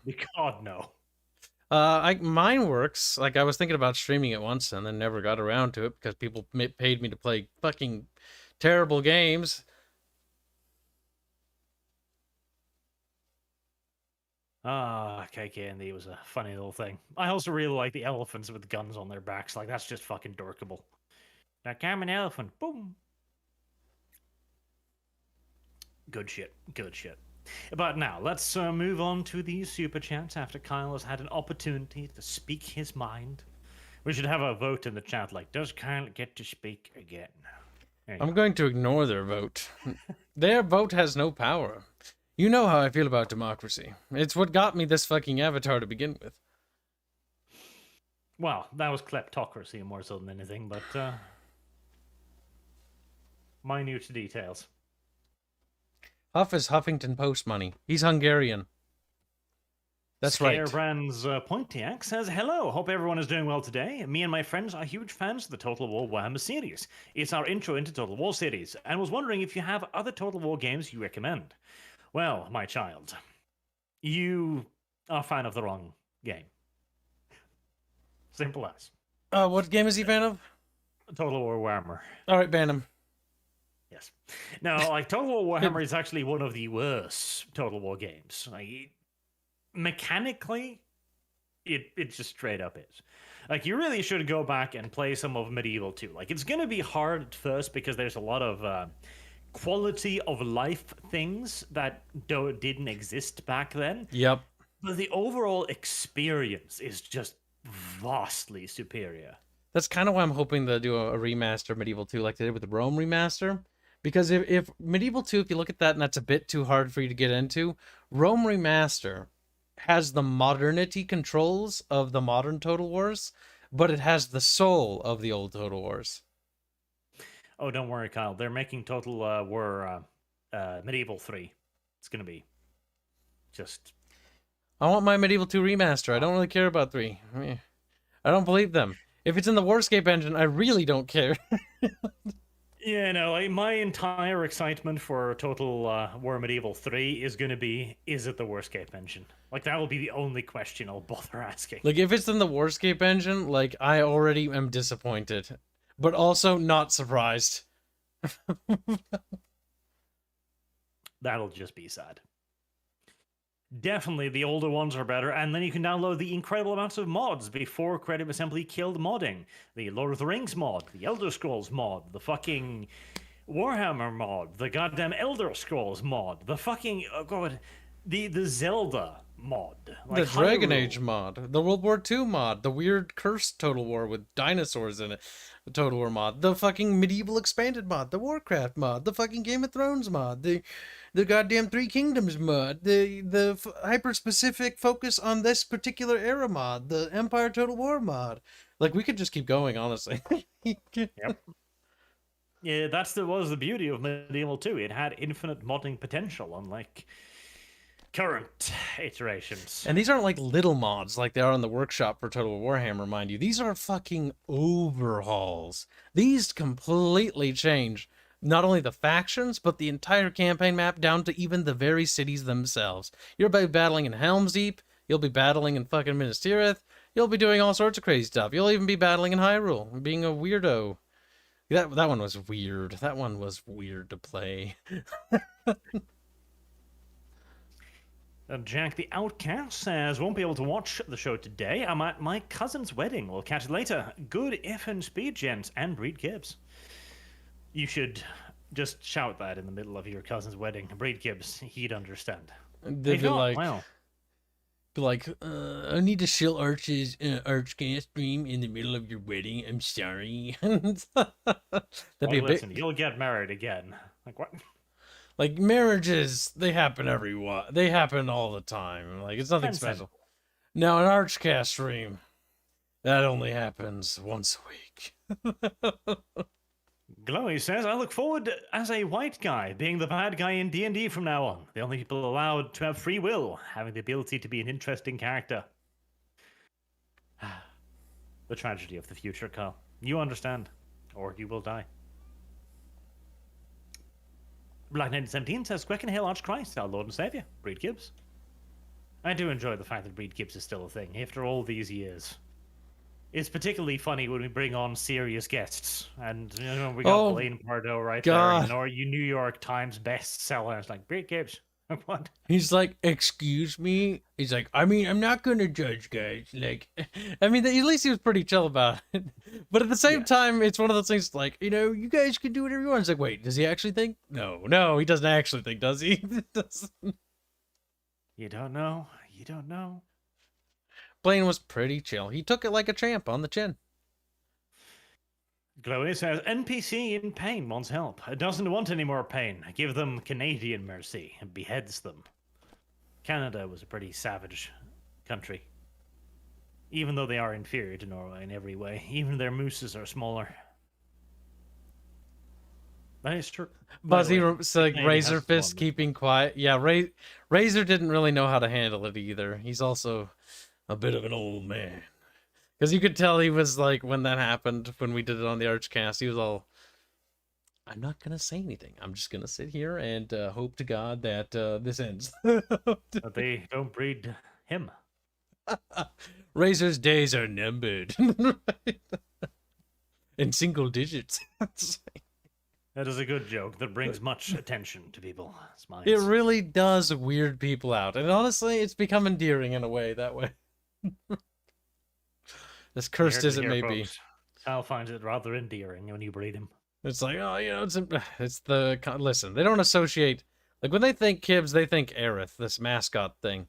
Like, I'm safe. They don't know what I look like. They're like, oh, cat girl. I'm safe. I'm protected. Artemis Fowl says, late and brony.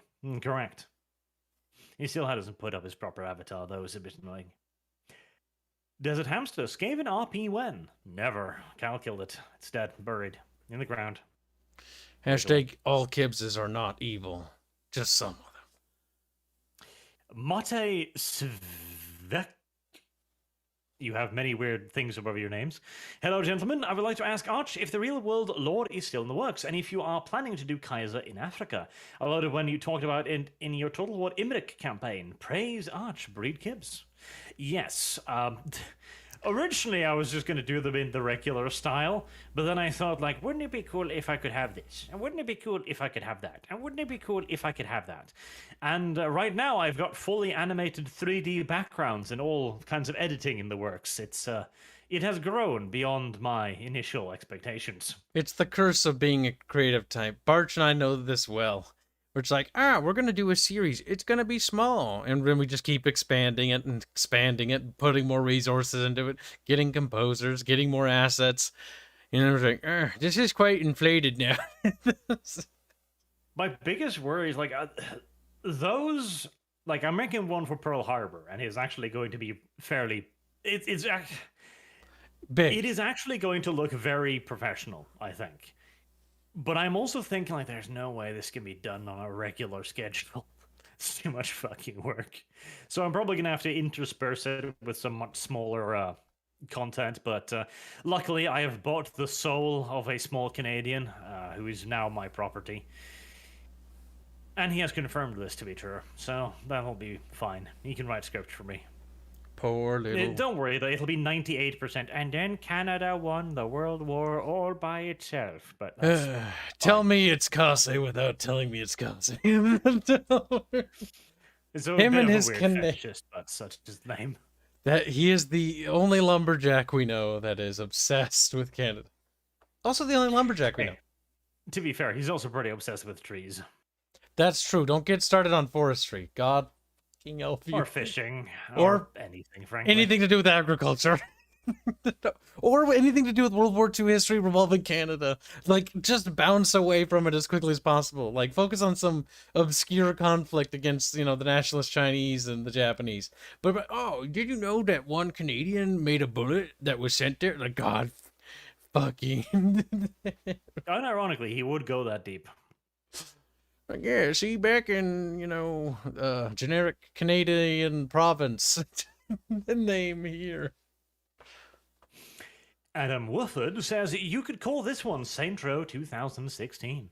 Oof. Yuck. Vomits. Screams. Cries.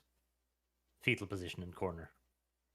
Space Wolf Blackmane says, what's up, Lord Arch and Lady Kibbs? I just found a 2nd edition of Space Wolves, Dark Angels, and I think it was a Battle for Armageddon Ultra Smurfs versus Orcs Codex. Ooh. Good old stuff. Yes, the glory days when 40k was still trying to figure out what he wanted to be. If it wanted to be a heavy metal punk band or a strategy game. The uncertainty. He's made a mistake of becoming a strategy game. And now look where it got that. Yep, should have been a punk band. Todd says, hi, Arch. Misspelled that. And Kibbs, Arch, will gift you Kivo's lunch money for not playing Cringe Row, lol. See, Kyle is walking cringe. Like, that's his brand at this point, like Disney pretty much. I would never play that game. Like, Jesus, I would feel bad. Plus, I'd have to give Volition money for it. Like, that's a loss in and of itself. I've endured worse. Hey, that person that just donated has the Altor symbol as their logo. Pretty based of you. Boog says, in Saints Row 2022, is it true that if you choose abort mission, you will bring up the Roe v. Wade thing? Or was that fake? I don't know. Kibbs, answer. Elaborate again. I was reading other chat things. Kyle. Listen. Pay attention. Chat says dumb things sometimes, and I find them mildly funny sometimes. Sprays him. Now restate. In Saints Row 2022, is it true that if you abort mission, it will bring up the Roe v. Wade thing? Or is that fake? I haven't... You know what? While on stream, let's try it. I don't even know. God damn it. Right, well, that's going to take kind of half an hour. It'll only take a second. Keep going, and we'll see if it does it. Mark Ashamed says, so Canada is offering their veterans MAID, abortion is healthcare, MAID is healthcare, and they are demanding healthcare for all. Something to think about. Now, sadly, I don't know what MAID is. MIAD. And Googling it just gives me pictures of French maids, which, I mean, is a pleasant surprise, I guess, but not what I was looking for. Wait, MAID means maid, you monkey. I know, but I'm presuming this is referencing something Canadian. Oh. Medical assistance in dying. That's what it is. What? Okay, so veterans get to be killed by the state. Thank you for... Oh, you fought and served your country. Damn it, you were supposed to die over there. You know, let's finish the fucking job. And abortion is healthcare, right? So, yeah, but... I mean, the state is pretty good at killing people, I guess. See, the thing is, I don't even mind, like, medical assistance in dying. Like, if you're fucking 90 and you're dying from terminal pancreatic cancer and there's nothing anybody can do for you, all you can do is suffer for another fucking month as they pump you full of morphine as you lie permanently bedridden. No, fucking cock that gun to my head. Do it now. Like, no. Stop. Time for Barge to meet God. Immediately, too. But it is mildly hilarious. Like, veterans, we'll help you die. Like, didn't ask, but thank you. Listen, we were hoping you'd die overseas, but now that you're here, you're presenting yourself as a problem to our society. We can't have that. You're costing a bit too much, so could you please just fucking croak? When has any government in the history of ever appreciated its armed forces? Right? When American troops return home every time, they're always shafted. Every goddamn time. True. America's a pretty awesome Now, country. we need to get a Roe v. Wade thing to pop up. We have to open up a mission, he said. Mission, and then abort it randomly. So if we just start that, and then try to close that. How do you abort a mission, Arch? I don't know. This is your area of expertise. It'll be the perfect time to take Atticus down. When you're just a Bjorch. Fast ready. Figure it out, Kyle. I'm gonna start sending you pictures of furry 2Bs. You'll need the override codes on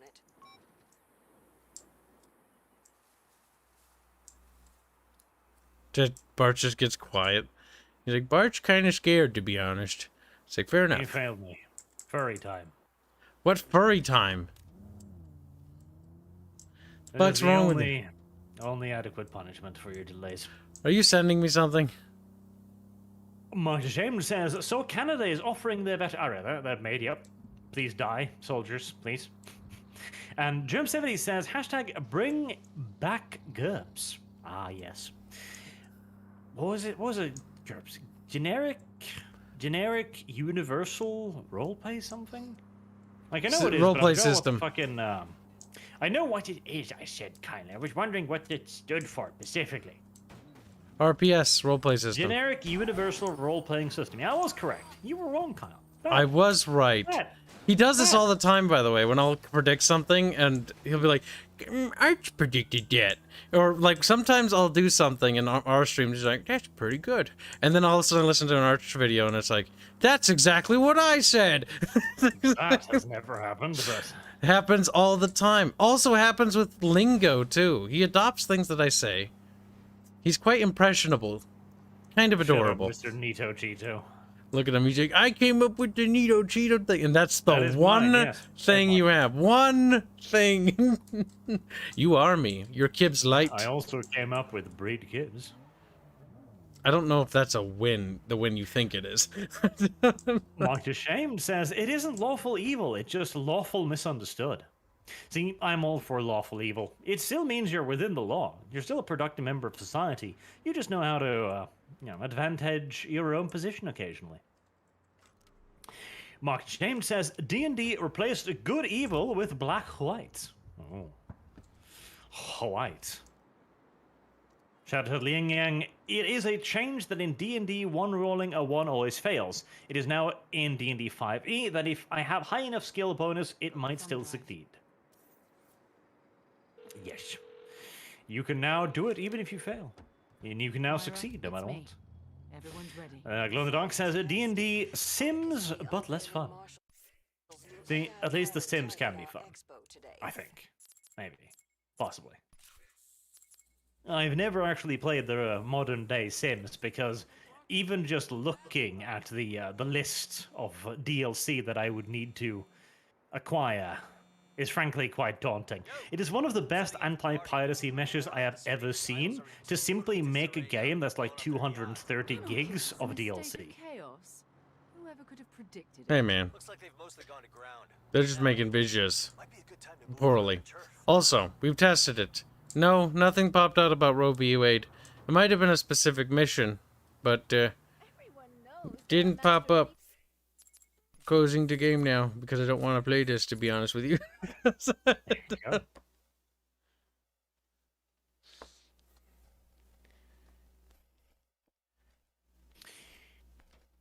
Mark DeShame says, Arch, you missed the mono-dominance. I'm an inquisitor. Your laws don't apply to me, and I will have questions for you and your family. No. Didn't miss. Didn't mention. There are many, many variants of the Inquisition that I didn't mention because, well, I want to make special videos about those at some point in the future so that you will keep watching videos and keep giving me that delicious, delicious ad bugs. Yeah. Get to work, You pay are there piggies. for me to milk.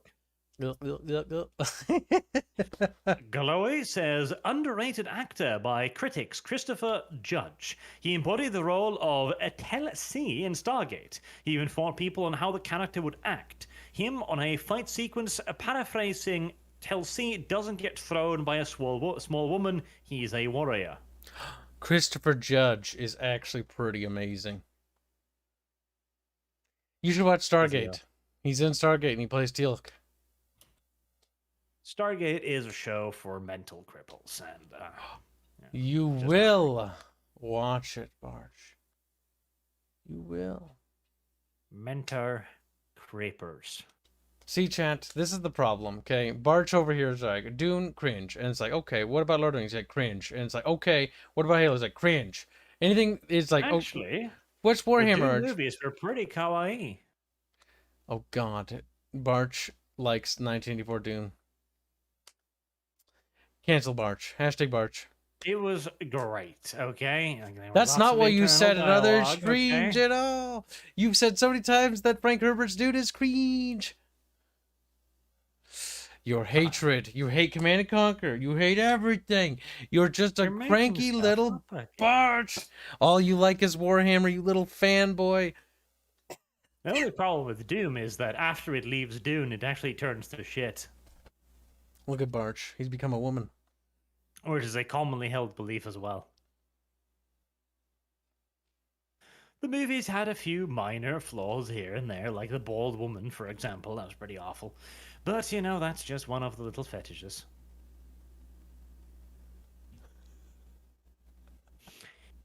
That's so funny. Mercenary X21 says, this one D&D crap equals kill it with level 20 enhanced fireball. Listen, it'll be great and you'll love it because you won't have a chance. You just won't be allowed to have the previous version at all. See, this is one of the problems too. People go out, they cannot take the Lord of the Rings from me, I still have the books. Well, if they just turn everything digital, no more. You will not be able to preserve what we once gave you. It is the future. Glow in the Dark, a D&D hub world codename safe space. Yes, that was basically the gist of the entire fucking thing. You will be safe here, but it's D&D. I thought there was supposed to be danger. No. Black917 says, I love the Inquisition video. Great job. Thank you very much, Black. And Mark James, mostly peaceful protests in their safe hub. Safe space. Barch doesn't get safe space, though. I do get save spaces. Save spaces? You're gonna save? That's not Saints Row. That's you shilling your channel. Stop it now. This is me shilling my I'll channel. have to sue you. I'm only doing what chat requested. They said, please remove the cringe game and play something better. Team Fortress 2 is a good game. Barch, you're gonna say it's not? Yep. Barch! See, I fucking ancient as hat simulator. That's what it is. Why don't you like Team Fortress 2, Blondie? Why? He doesn't play any good games, chat. Actually, no, he plays some good games. But like, I'll be like, Barch, want to play this all-time classic that's beloved by many? He's like, actually, Arch would rather fart loudly into a microphone for 5 hours. It's okay. Okay. This is a game beloved by many, says Gibbs. Bart should play TF2. He'd have a good time. He'd have a fun time. Maybe the best And time. all he shows me is My Little Pony adventures. I've never done that in my entire life. And the only person who's advocated that we watch the show is this blonde bimbo here. Archie, you Boo. can't tell them the Right. truth. You can't. That's right. I've dabbed on you, Blondie. I've owned you. This is Kibcast now. You've streamed MLP before, Kyle. You have no say here. I You am a we- capitalist. I stream things that people pay me to. If they so happen to pay Call me to him play Chap. that, Clap him now. I played games where we played as a trans character and wanted to kill myself for the entire thing. Maybe that was an accurate simulator. Kyle just doesn't understand. Somebody He's too actually busy tried to cancel me over with his my horses. what was that? What's that meme you always say when you come into my streams? It's from that game we played, that fucking trans game. What was it called? Tell me sweet little lies. Tell me why. That's what you say. Yeah, tell me why. Oh my god, somebody tried to cancel me the other day. Like, oh my god, you reviewed this game and you made a joke about suicide. And then my audience was like, ha, that's funny. They were very upset. Don't ask questions, Tarek Tech Marine, to things you don't want the answers for. Say, MLP, what is that? You don't want to know. Mark James says, we already know that Hollywood is searching for the final solution to the ginger question. Well, at least something good will come out of Nazi Germany, I guess. Yeah. About Glow in time. the Dark says, Uncle Ruckus Wesker finally becomes a superior race and becomes blonde, blue-eyed, Hyperborean phenotype. He can transition. Maybe that's what makes him a monster. He becomes blonde and then is like, I'm going to eat you now. Well, it's something. Glowy says, assisted suicide is 6th most reason for death in Canada. Canadian mercy is assisted suicide. Whether it is a willing person is another matter. See, part of that is almost funny too, though. Like, here you have a war veteran from the Korean War or something, served his country bravely. He goes home to Canada. A Canadian state goes, don't worry, we'll take care of you when you grow old. Thank you, Father State. Then eventually he gets sick. State just looks at him. We said we'd take care of you. Raises knife. Dun dun dun dun dun dun dun dun. Stabs. It has so many different meanings, doesn't it? The state will take care of you after you serve your time. It's time for you to go to heaven, little soldier. It's like, no. I have this mind picture of like a dude in an SS suit smiling at the camera, pointing towards the shower, saying, we take care of our own. That sounds pretty bad. We really need to install a camera in Fairman's house so we can produce these propaganda pictures on a frequent basis. We need like a pocket artist is what you really want to say. Telling you, Albine Fox, he's Brazilian. Pretty cheap. I already had him made make things, Carl. I know, I saw those things. You know what? I think it's time to show them to you, chat. Oh. If I had to turn into a My Little Pony, That then is so a did you. surprise for next April. Oh, you want to save it. You're no fair. You're no All fair. the way till April next year. I'm half sure I'll forget about it by then, but it'll be a funny joke when it appears. Albine Fox is a new member of our community and has been making fan art frequently. Here's something that's quite cursed. In case chat's missing Puggles. Puggles has reappeared in some of the fan art. Ah, Puggles. Most disgusting. Quite cursed. Shadow Fox 2300 says, Kibbs, your back got broken for a different reason. Breeding? I hear no objections. So correct. Nicholas Quirstoff, Carl Urban, a better Dredd than Stallone. Fight me. Now, see, here's the thing. Sylvester Stallone did an excellent job as a judge. He just didn't play Judge Dredd. That's the true. simple solution. Also, the movie is fun if you pretend that it's just a Stallone movie in the Judge Dredd universe. Yes, so long as it is Judge Stallone, you're perfectly fine. Yep. Anytime they say Dredd, like, just supplant that in your mind with Stallone. Judge Stallone. I'm the law. I am the law. The movie's fun, and I like the outfits and like the big bulky armor things of like the 80s and 90s. Those were cool. Yep. Wasn't terrible. You just, again, gotta realize it wasn't a Dredd movie. Alone in the Dark, sad 60-year-old actors, last of the capable actors. Well, yes, tragically, that is the truth. There's probably a very talented ginger actor out there somewhere like, God, I just can't get a break. Like, I wonder why. Surprise, motherfucker. Alone in the Dark also says, lies, it was up to Sam and Gollum to solve the ring. Solve the ring?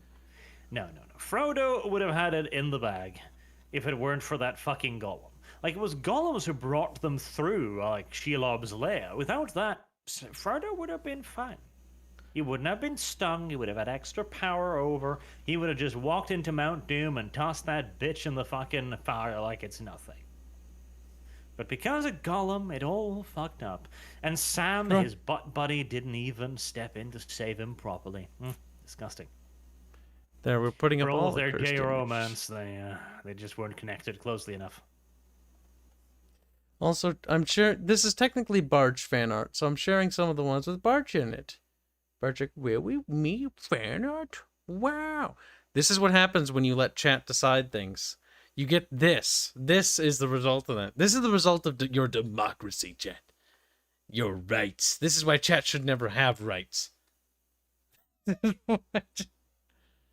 It's quite horrific. Oh, that makes my spine turn to jello. That's because it's pretty cringe. I felt so bad about it, I had to order a proper one for him. Him? Yeah, Barch felt guilty, so he... From, specifically. So Barch bribed this because this is the natural result. And so Barch is like, Barch feels bad for poor Toodles. Toodles deserves to be third place. Toodles has done nothing to earn first place. Neither have I. I think Puggles is the real hero here, okay? This is the real champion. I also want to point out that Little Horse is not actually on a podium saying #1 horse girl. It's just best at being itself. There you go. Listen, the bar may be set low for Toodles, but Toodles can at least reach that. It was a mighty sad one. Like, even the lighting makes it sadder. Tragic.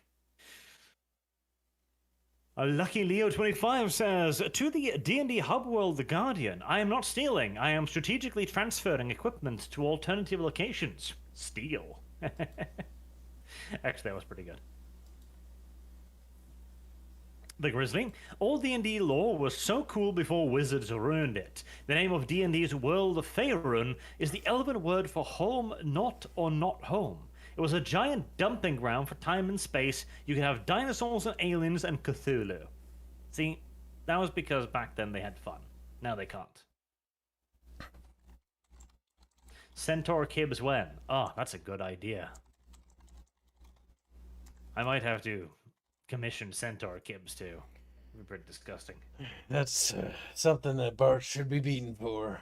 One of the many things that will be added to the many bruises he will receive. I think it would be reverse Centaur, just the top of a horse and then a human pair of legs.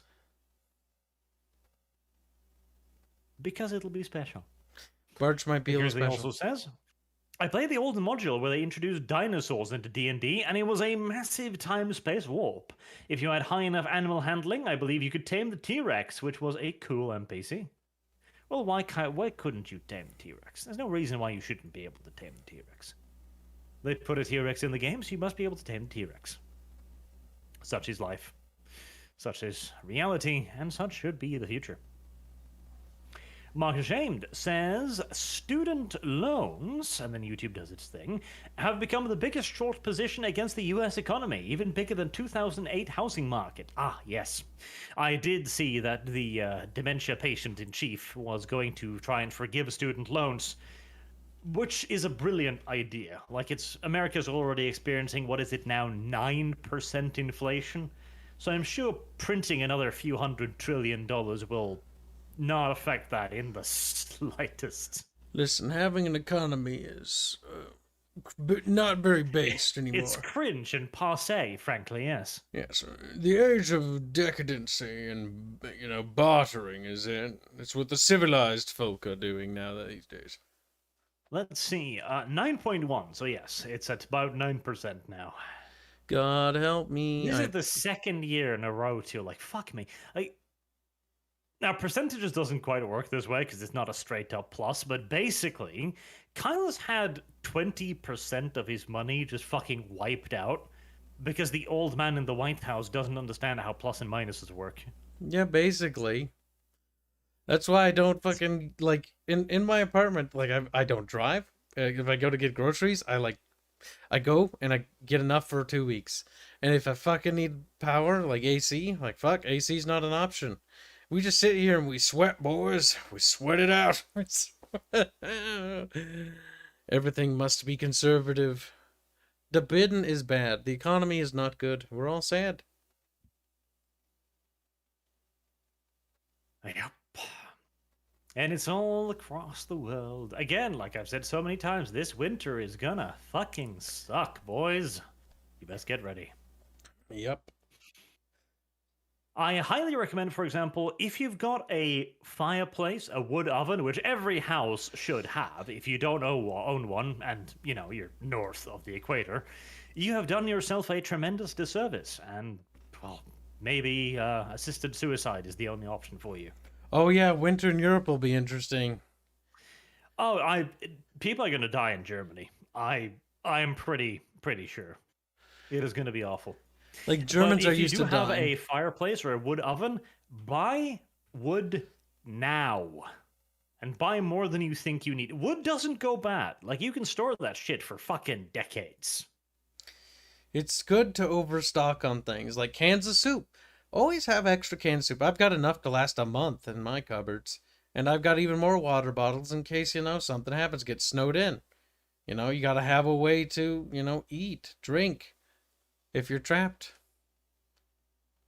Buy wood. Just 5 bags of wood. Like, that'll keep you going through most of the winter pretty fine when you have to. And it's a much cheaper alternative than fucking electricity at this point. And do it now, because I guarantee you the price of wood is also going to begin skyrocketing. Because I would not be surprised if we'll see wood reach $50 per bag or more in Norway. It'll be ridiculous because the energy prices are that high. It's in northern Norway. It is basically it would be the equivalent of 1 cent per kilowatt hour for the electricity, whereas in southern Norway it's $5 per kilowatt hour. It's fucking ridiculous. Mm-hmm. And remember, we didn't actually vote for anything, chat. What is voting really? Mm-hmm. I see some people you voted for that. It's no, I didn't. I don't think many people did. You know what I'm saying? You know what I'm stepping in? Can you smell what I'm stepping in? Is that how that goes, Kel? I don't remember the analogy. No. That is not how it goes, Kyle. And to specify, YouTube, Kyle is saying that he personally may not have voted for Biden.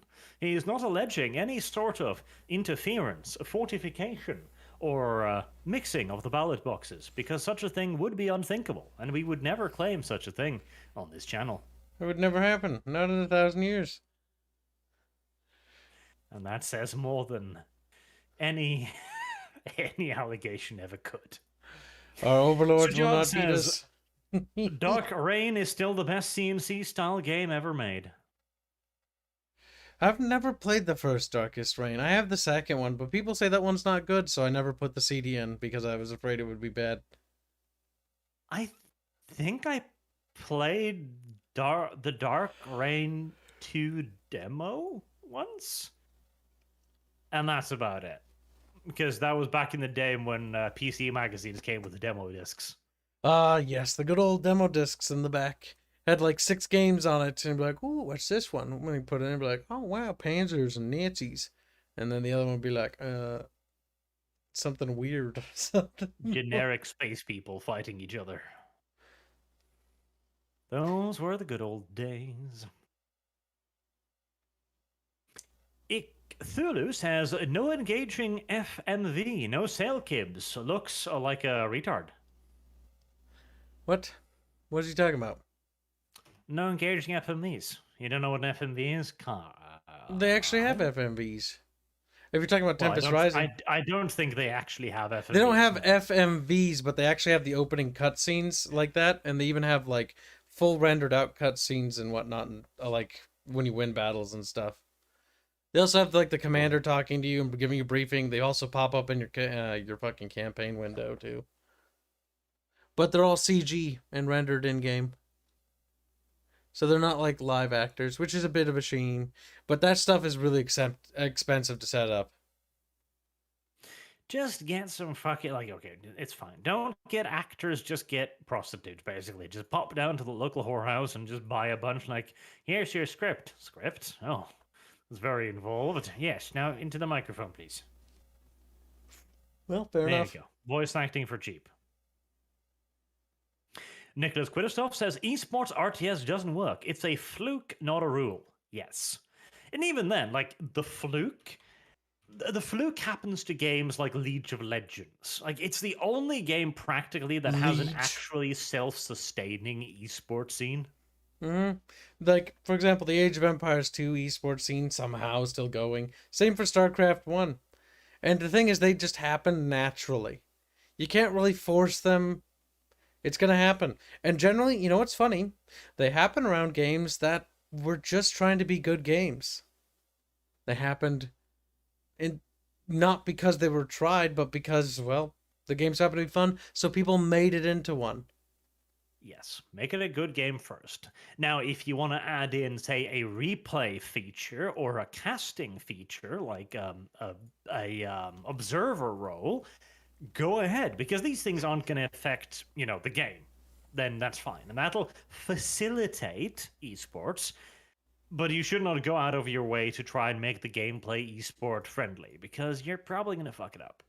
Yep, don't waste development resources on that, when you should instead be focusing on making the gameplay fun. Because what will make an RTS game fun is, number one, is the campaign fun? Number two, is it fun to play multiplayer battles with friends or against randos? Yes or no? If no, that's bad on any of those fronts.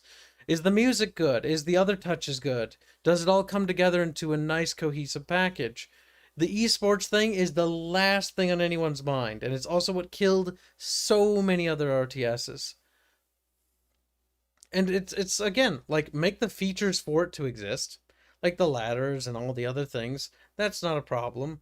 But don't go out of your way to make the entire game revolve around the balance and design philosophy of an esport game, because you will immediately kill the game. CGI Lantern says, to Kyle for proper cat ears. 400 Huffington Posts to buy some cat ears for him. I do like how we The thing call is- Hungarian money Huffington Post now. As Kyle says, he is a capitalist, so if you buy him a pair of little Nekomimi headsets, he'll have to wear them. Listen, there is a caveat, because normally it's like, you gotta pay for it, but I'm not just gonna buy it. I gotta make a profit here. We're running a business. I gotta keep the lights on. It's true.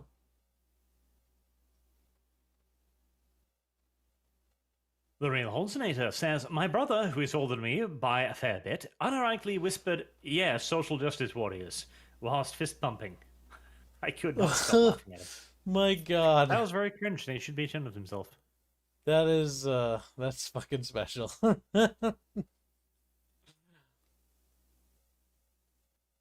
Mark Ashamed or Kyle, you could just play Mental Omega. Mental Omega, where they focused on... See, some of the things they did in Mental Omega, it's an overhaul mod for Year's Revenge, if you didn't know. You can find it on ModDB if you want to try it out. It's actually pretty cool, but my problem is they added this whole cool custom campaign, which is really cool. They even got waifus in it, which Barch would absolutely adore. But they then decided to focus on one of the design things that was kind of a weaker point in the CNC's franchise. The stealth and micro-precision missions. Like putting things carefully behind, like, tree sprites because you can't see them. Like, that is just the kind of scummy level design that just, it is not good. It is not good to play. It does not feel good to play. The stealth missions in Red Alert 2 were actually not that bad. The one with Tanya, where you have to, sneak into that indescript Soviet base to stop the nuclear launches so that Europe will come and help America, that one's actually pretty good. Like, you got some base building options if you uncover the engineers and some cool routes there. But it wasn't overly sweaty. That's my problem with Mental Omegas. It's too sweaty. Too sweaty. Criticism's over.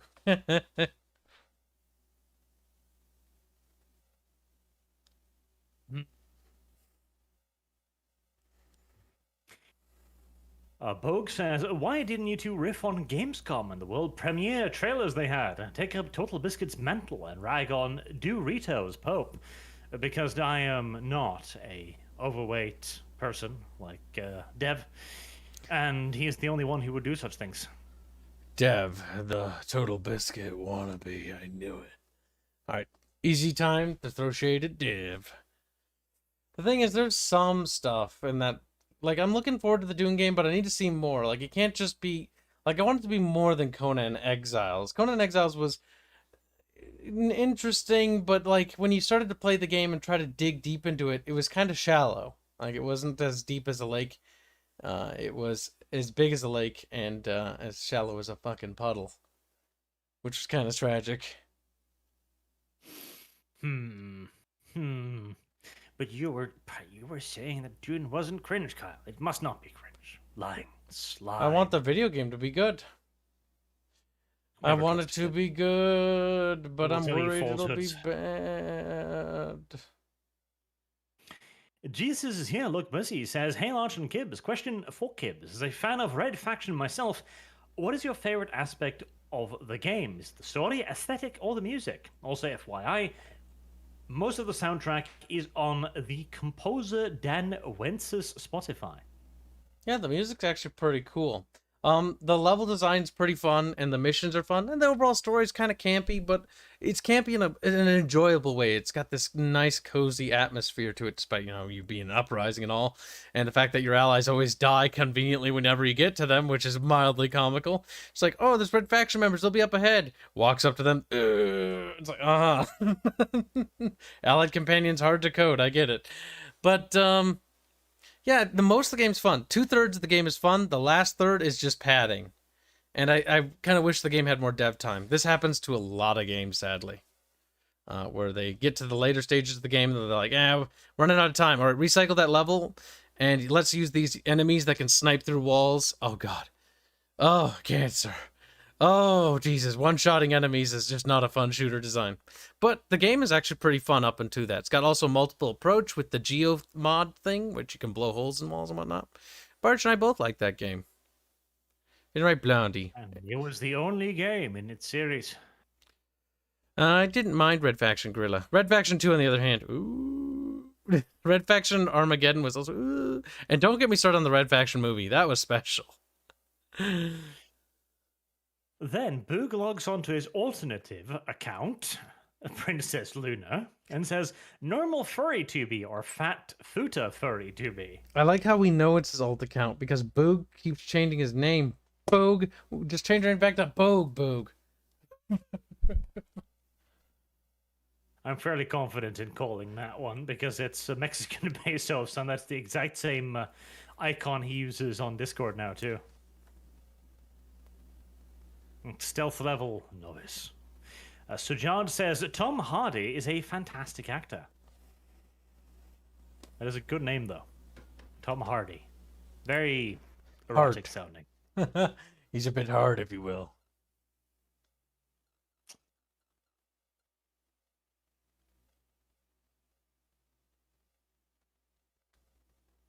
IMDb.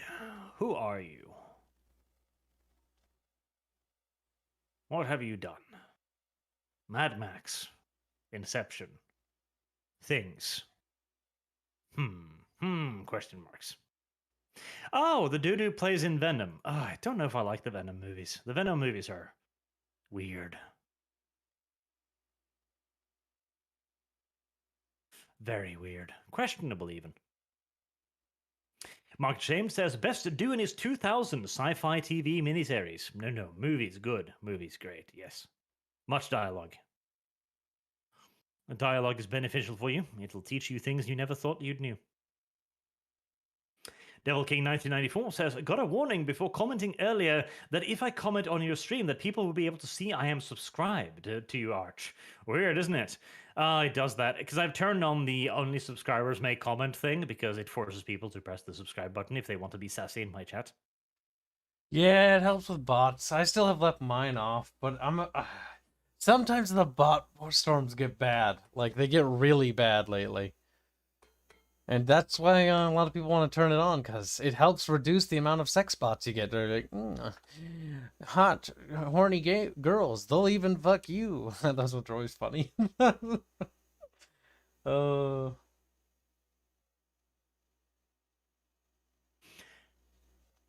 in the Dark says, Arch should like Dune because Warhammer 40k stole many things from those books. Actually, it merely was inspired. There you go. Inspired. It was an homage to Dune that they never, acknowledged. It's an homage that they also sue people over too. So, yeah, it's an homage. It's like, pauldrons are an homage. Dune would have done the same if it ever became popular. It was in the spirit of it. If it ever became popular. It's basically Lord of the Rings for science fiction. Purge. Don't know about that, Pippers, but if you want to live in your fantasy world. A lot of tropes were established in Dune when it comes to modern science fiction. This is true, little blondie. Not little, big, round, and tubular blondie. The Adventures of Blondie, if you will. Don Pete XX says, well, Kibbs, does this mean for $5 you'd play Clock Tower 1 and 2 with Arch commenting as the guide guy? As the guide guy. I would be a pretty good commenting guide person. I'd just be like, Gibbs, you're a tard. Don't be fucking stabbed. He's like, press the B button. And I'm like, I pressed the B button, nothing happened. He's like, good. Keep doing it. I'm going to take a nap. I'll come back and guide you more later. Like, that's the kind of guiding I get from Barge half the time. He's like, I think you have to do the thing. Oh, Kibbs, it's like when we played Overlord 2, it's like, oh, Kibbs, it's that puzzle's obviously gonna be easy. You can't figure it out, Kibbs. And then Bart's like, I can't figure it out either. It's like, yeah, it is a poos, isn't it? Look at him, he's sad. Clock Tower had a pretty simple story. Was it about a clock? Yes, and a tower. Well, at least it's in the name. If it's on the tin, it's on the tin, you know. You just escaped the clock tower. Simple. Simple dimple. Well, except for that one fake out, but that's fine. That's a bit spoilery, don't you think? I definitely think Kyle should play Clock Tower. It would test his balls. His non-existence manhood. Mark James says, Canada CA has become Krieg. Just a little bit. It's fine. Just a little bit. A Glow in the Dark lives in Florida. What is winter? Is it a food? I'm sure inflation will hit Florida too. Florida. Clopia? Clopia. Well, chat, there you have it. There's Barch's big fucking unique name of the day. Clopia. Glow in the Dark also says, idea to stay warm in winter. Buy a lot of servers, then a lot of cryptocurrency. Then start mining. May need to open a window to not burn servers. With the rising price of energy, I think you're going to be running quite the deficit at that point. But, who knows? Like, at this point, it usually costs more to mine the crypto in just power than the crypto itself is worth. Yeah, I kind of the feel like the problems with it. crypto thing is one of those things that's just kind of weird. Like it's not for everybody. As in like an alternative. But maybe that's just me looking outside in, you know. And finally, at the end, Boog says, Arch, we need a pony RP. Think about all the things you can torment Kibbs with. Imagine me clopping Kibbs. I don't want to Boog imagine wants that. you to imagine you being clopped by Kibbs.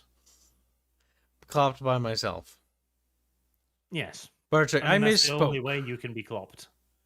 Yeah, Barch misspoke, but Barch is doubling down. This is a common Barchian strategy. No, I'm correct on this. If you Google clopping, I'm pretty sure it means masturbating.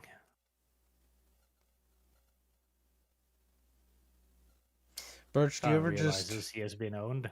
I think it's time for Barch to crawl into bed and Realizes he's been forced into a corner. Go to There's only bed defeat and- staring him in the face. close his little eyes and just sleep and forget everything he said today.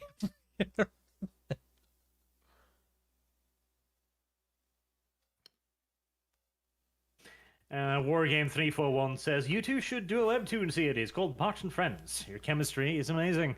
What mean, Well- friend? It'd be Barch and Kibbs, because Kibbs with a K, not an F. Fibs. Oh, it would be friends. It'd be Wow. Arch and his side character. Wow. Wow. No equality here. And He's- even that might be a little bit too optimistic. Oh. I think Barch needs to be He beaten. groans because he knows it's the truth. He rejects the truth. It's What was time that? to beat What the was that blondie. thing again? You are coping and seething. You just can't accept what you're seeing. You're coping and seething. You just can't accept what you're You're seeing. seeing. It's true. It is. Well then, until next time, which will not be tomorrow, we'll see you all again soon. If a week is soon. Soon is very Actually, loose we'll to be define making that. a video tomorrow. Yeah, but that's not. Will not be out tomorrow. It'll be out Monday. God damn it. Damn it. Still be doing things tomorrow. We'll be making things for chat tomorrow. We'll be recording that episode of I forget the name of the show. Made by the Fat Man. A House of Waffles. Yes, that one. There you go. So, thank you all very much for watching. Thank you all for your super generous donations, and we will see you all again next week. Until then, have a good day.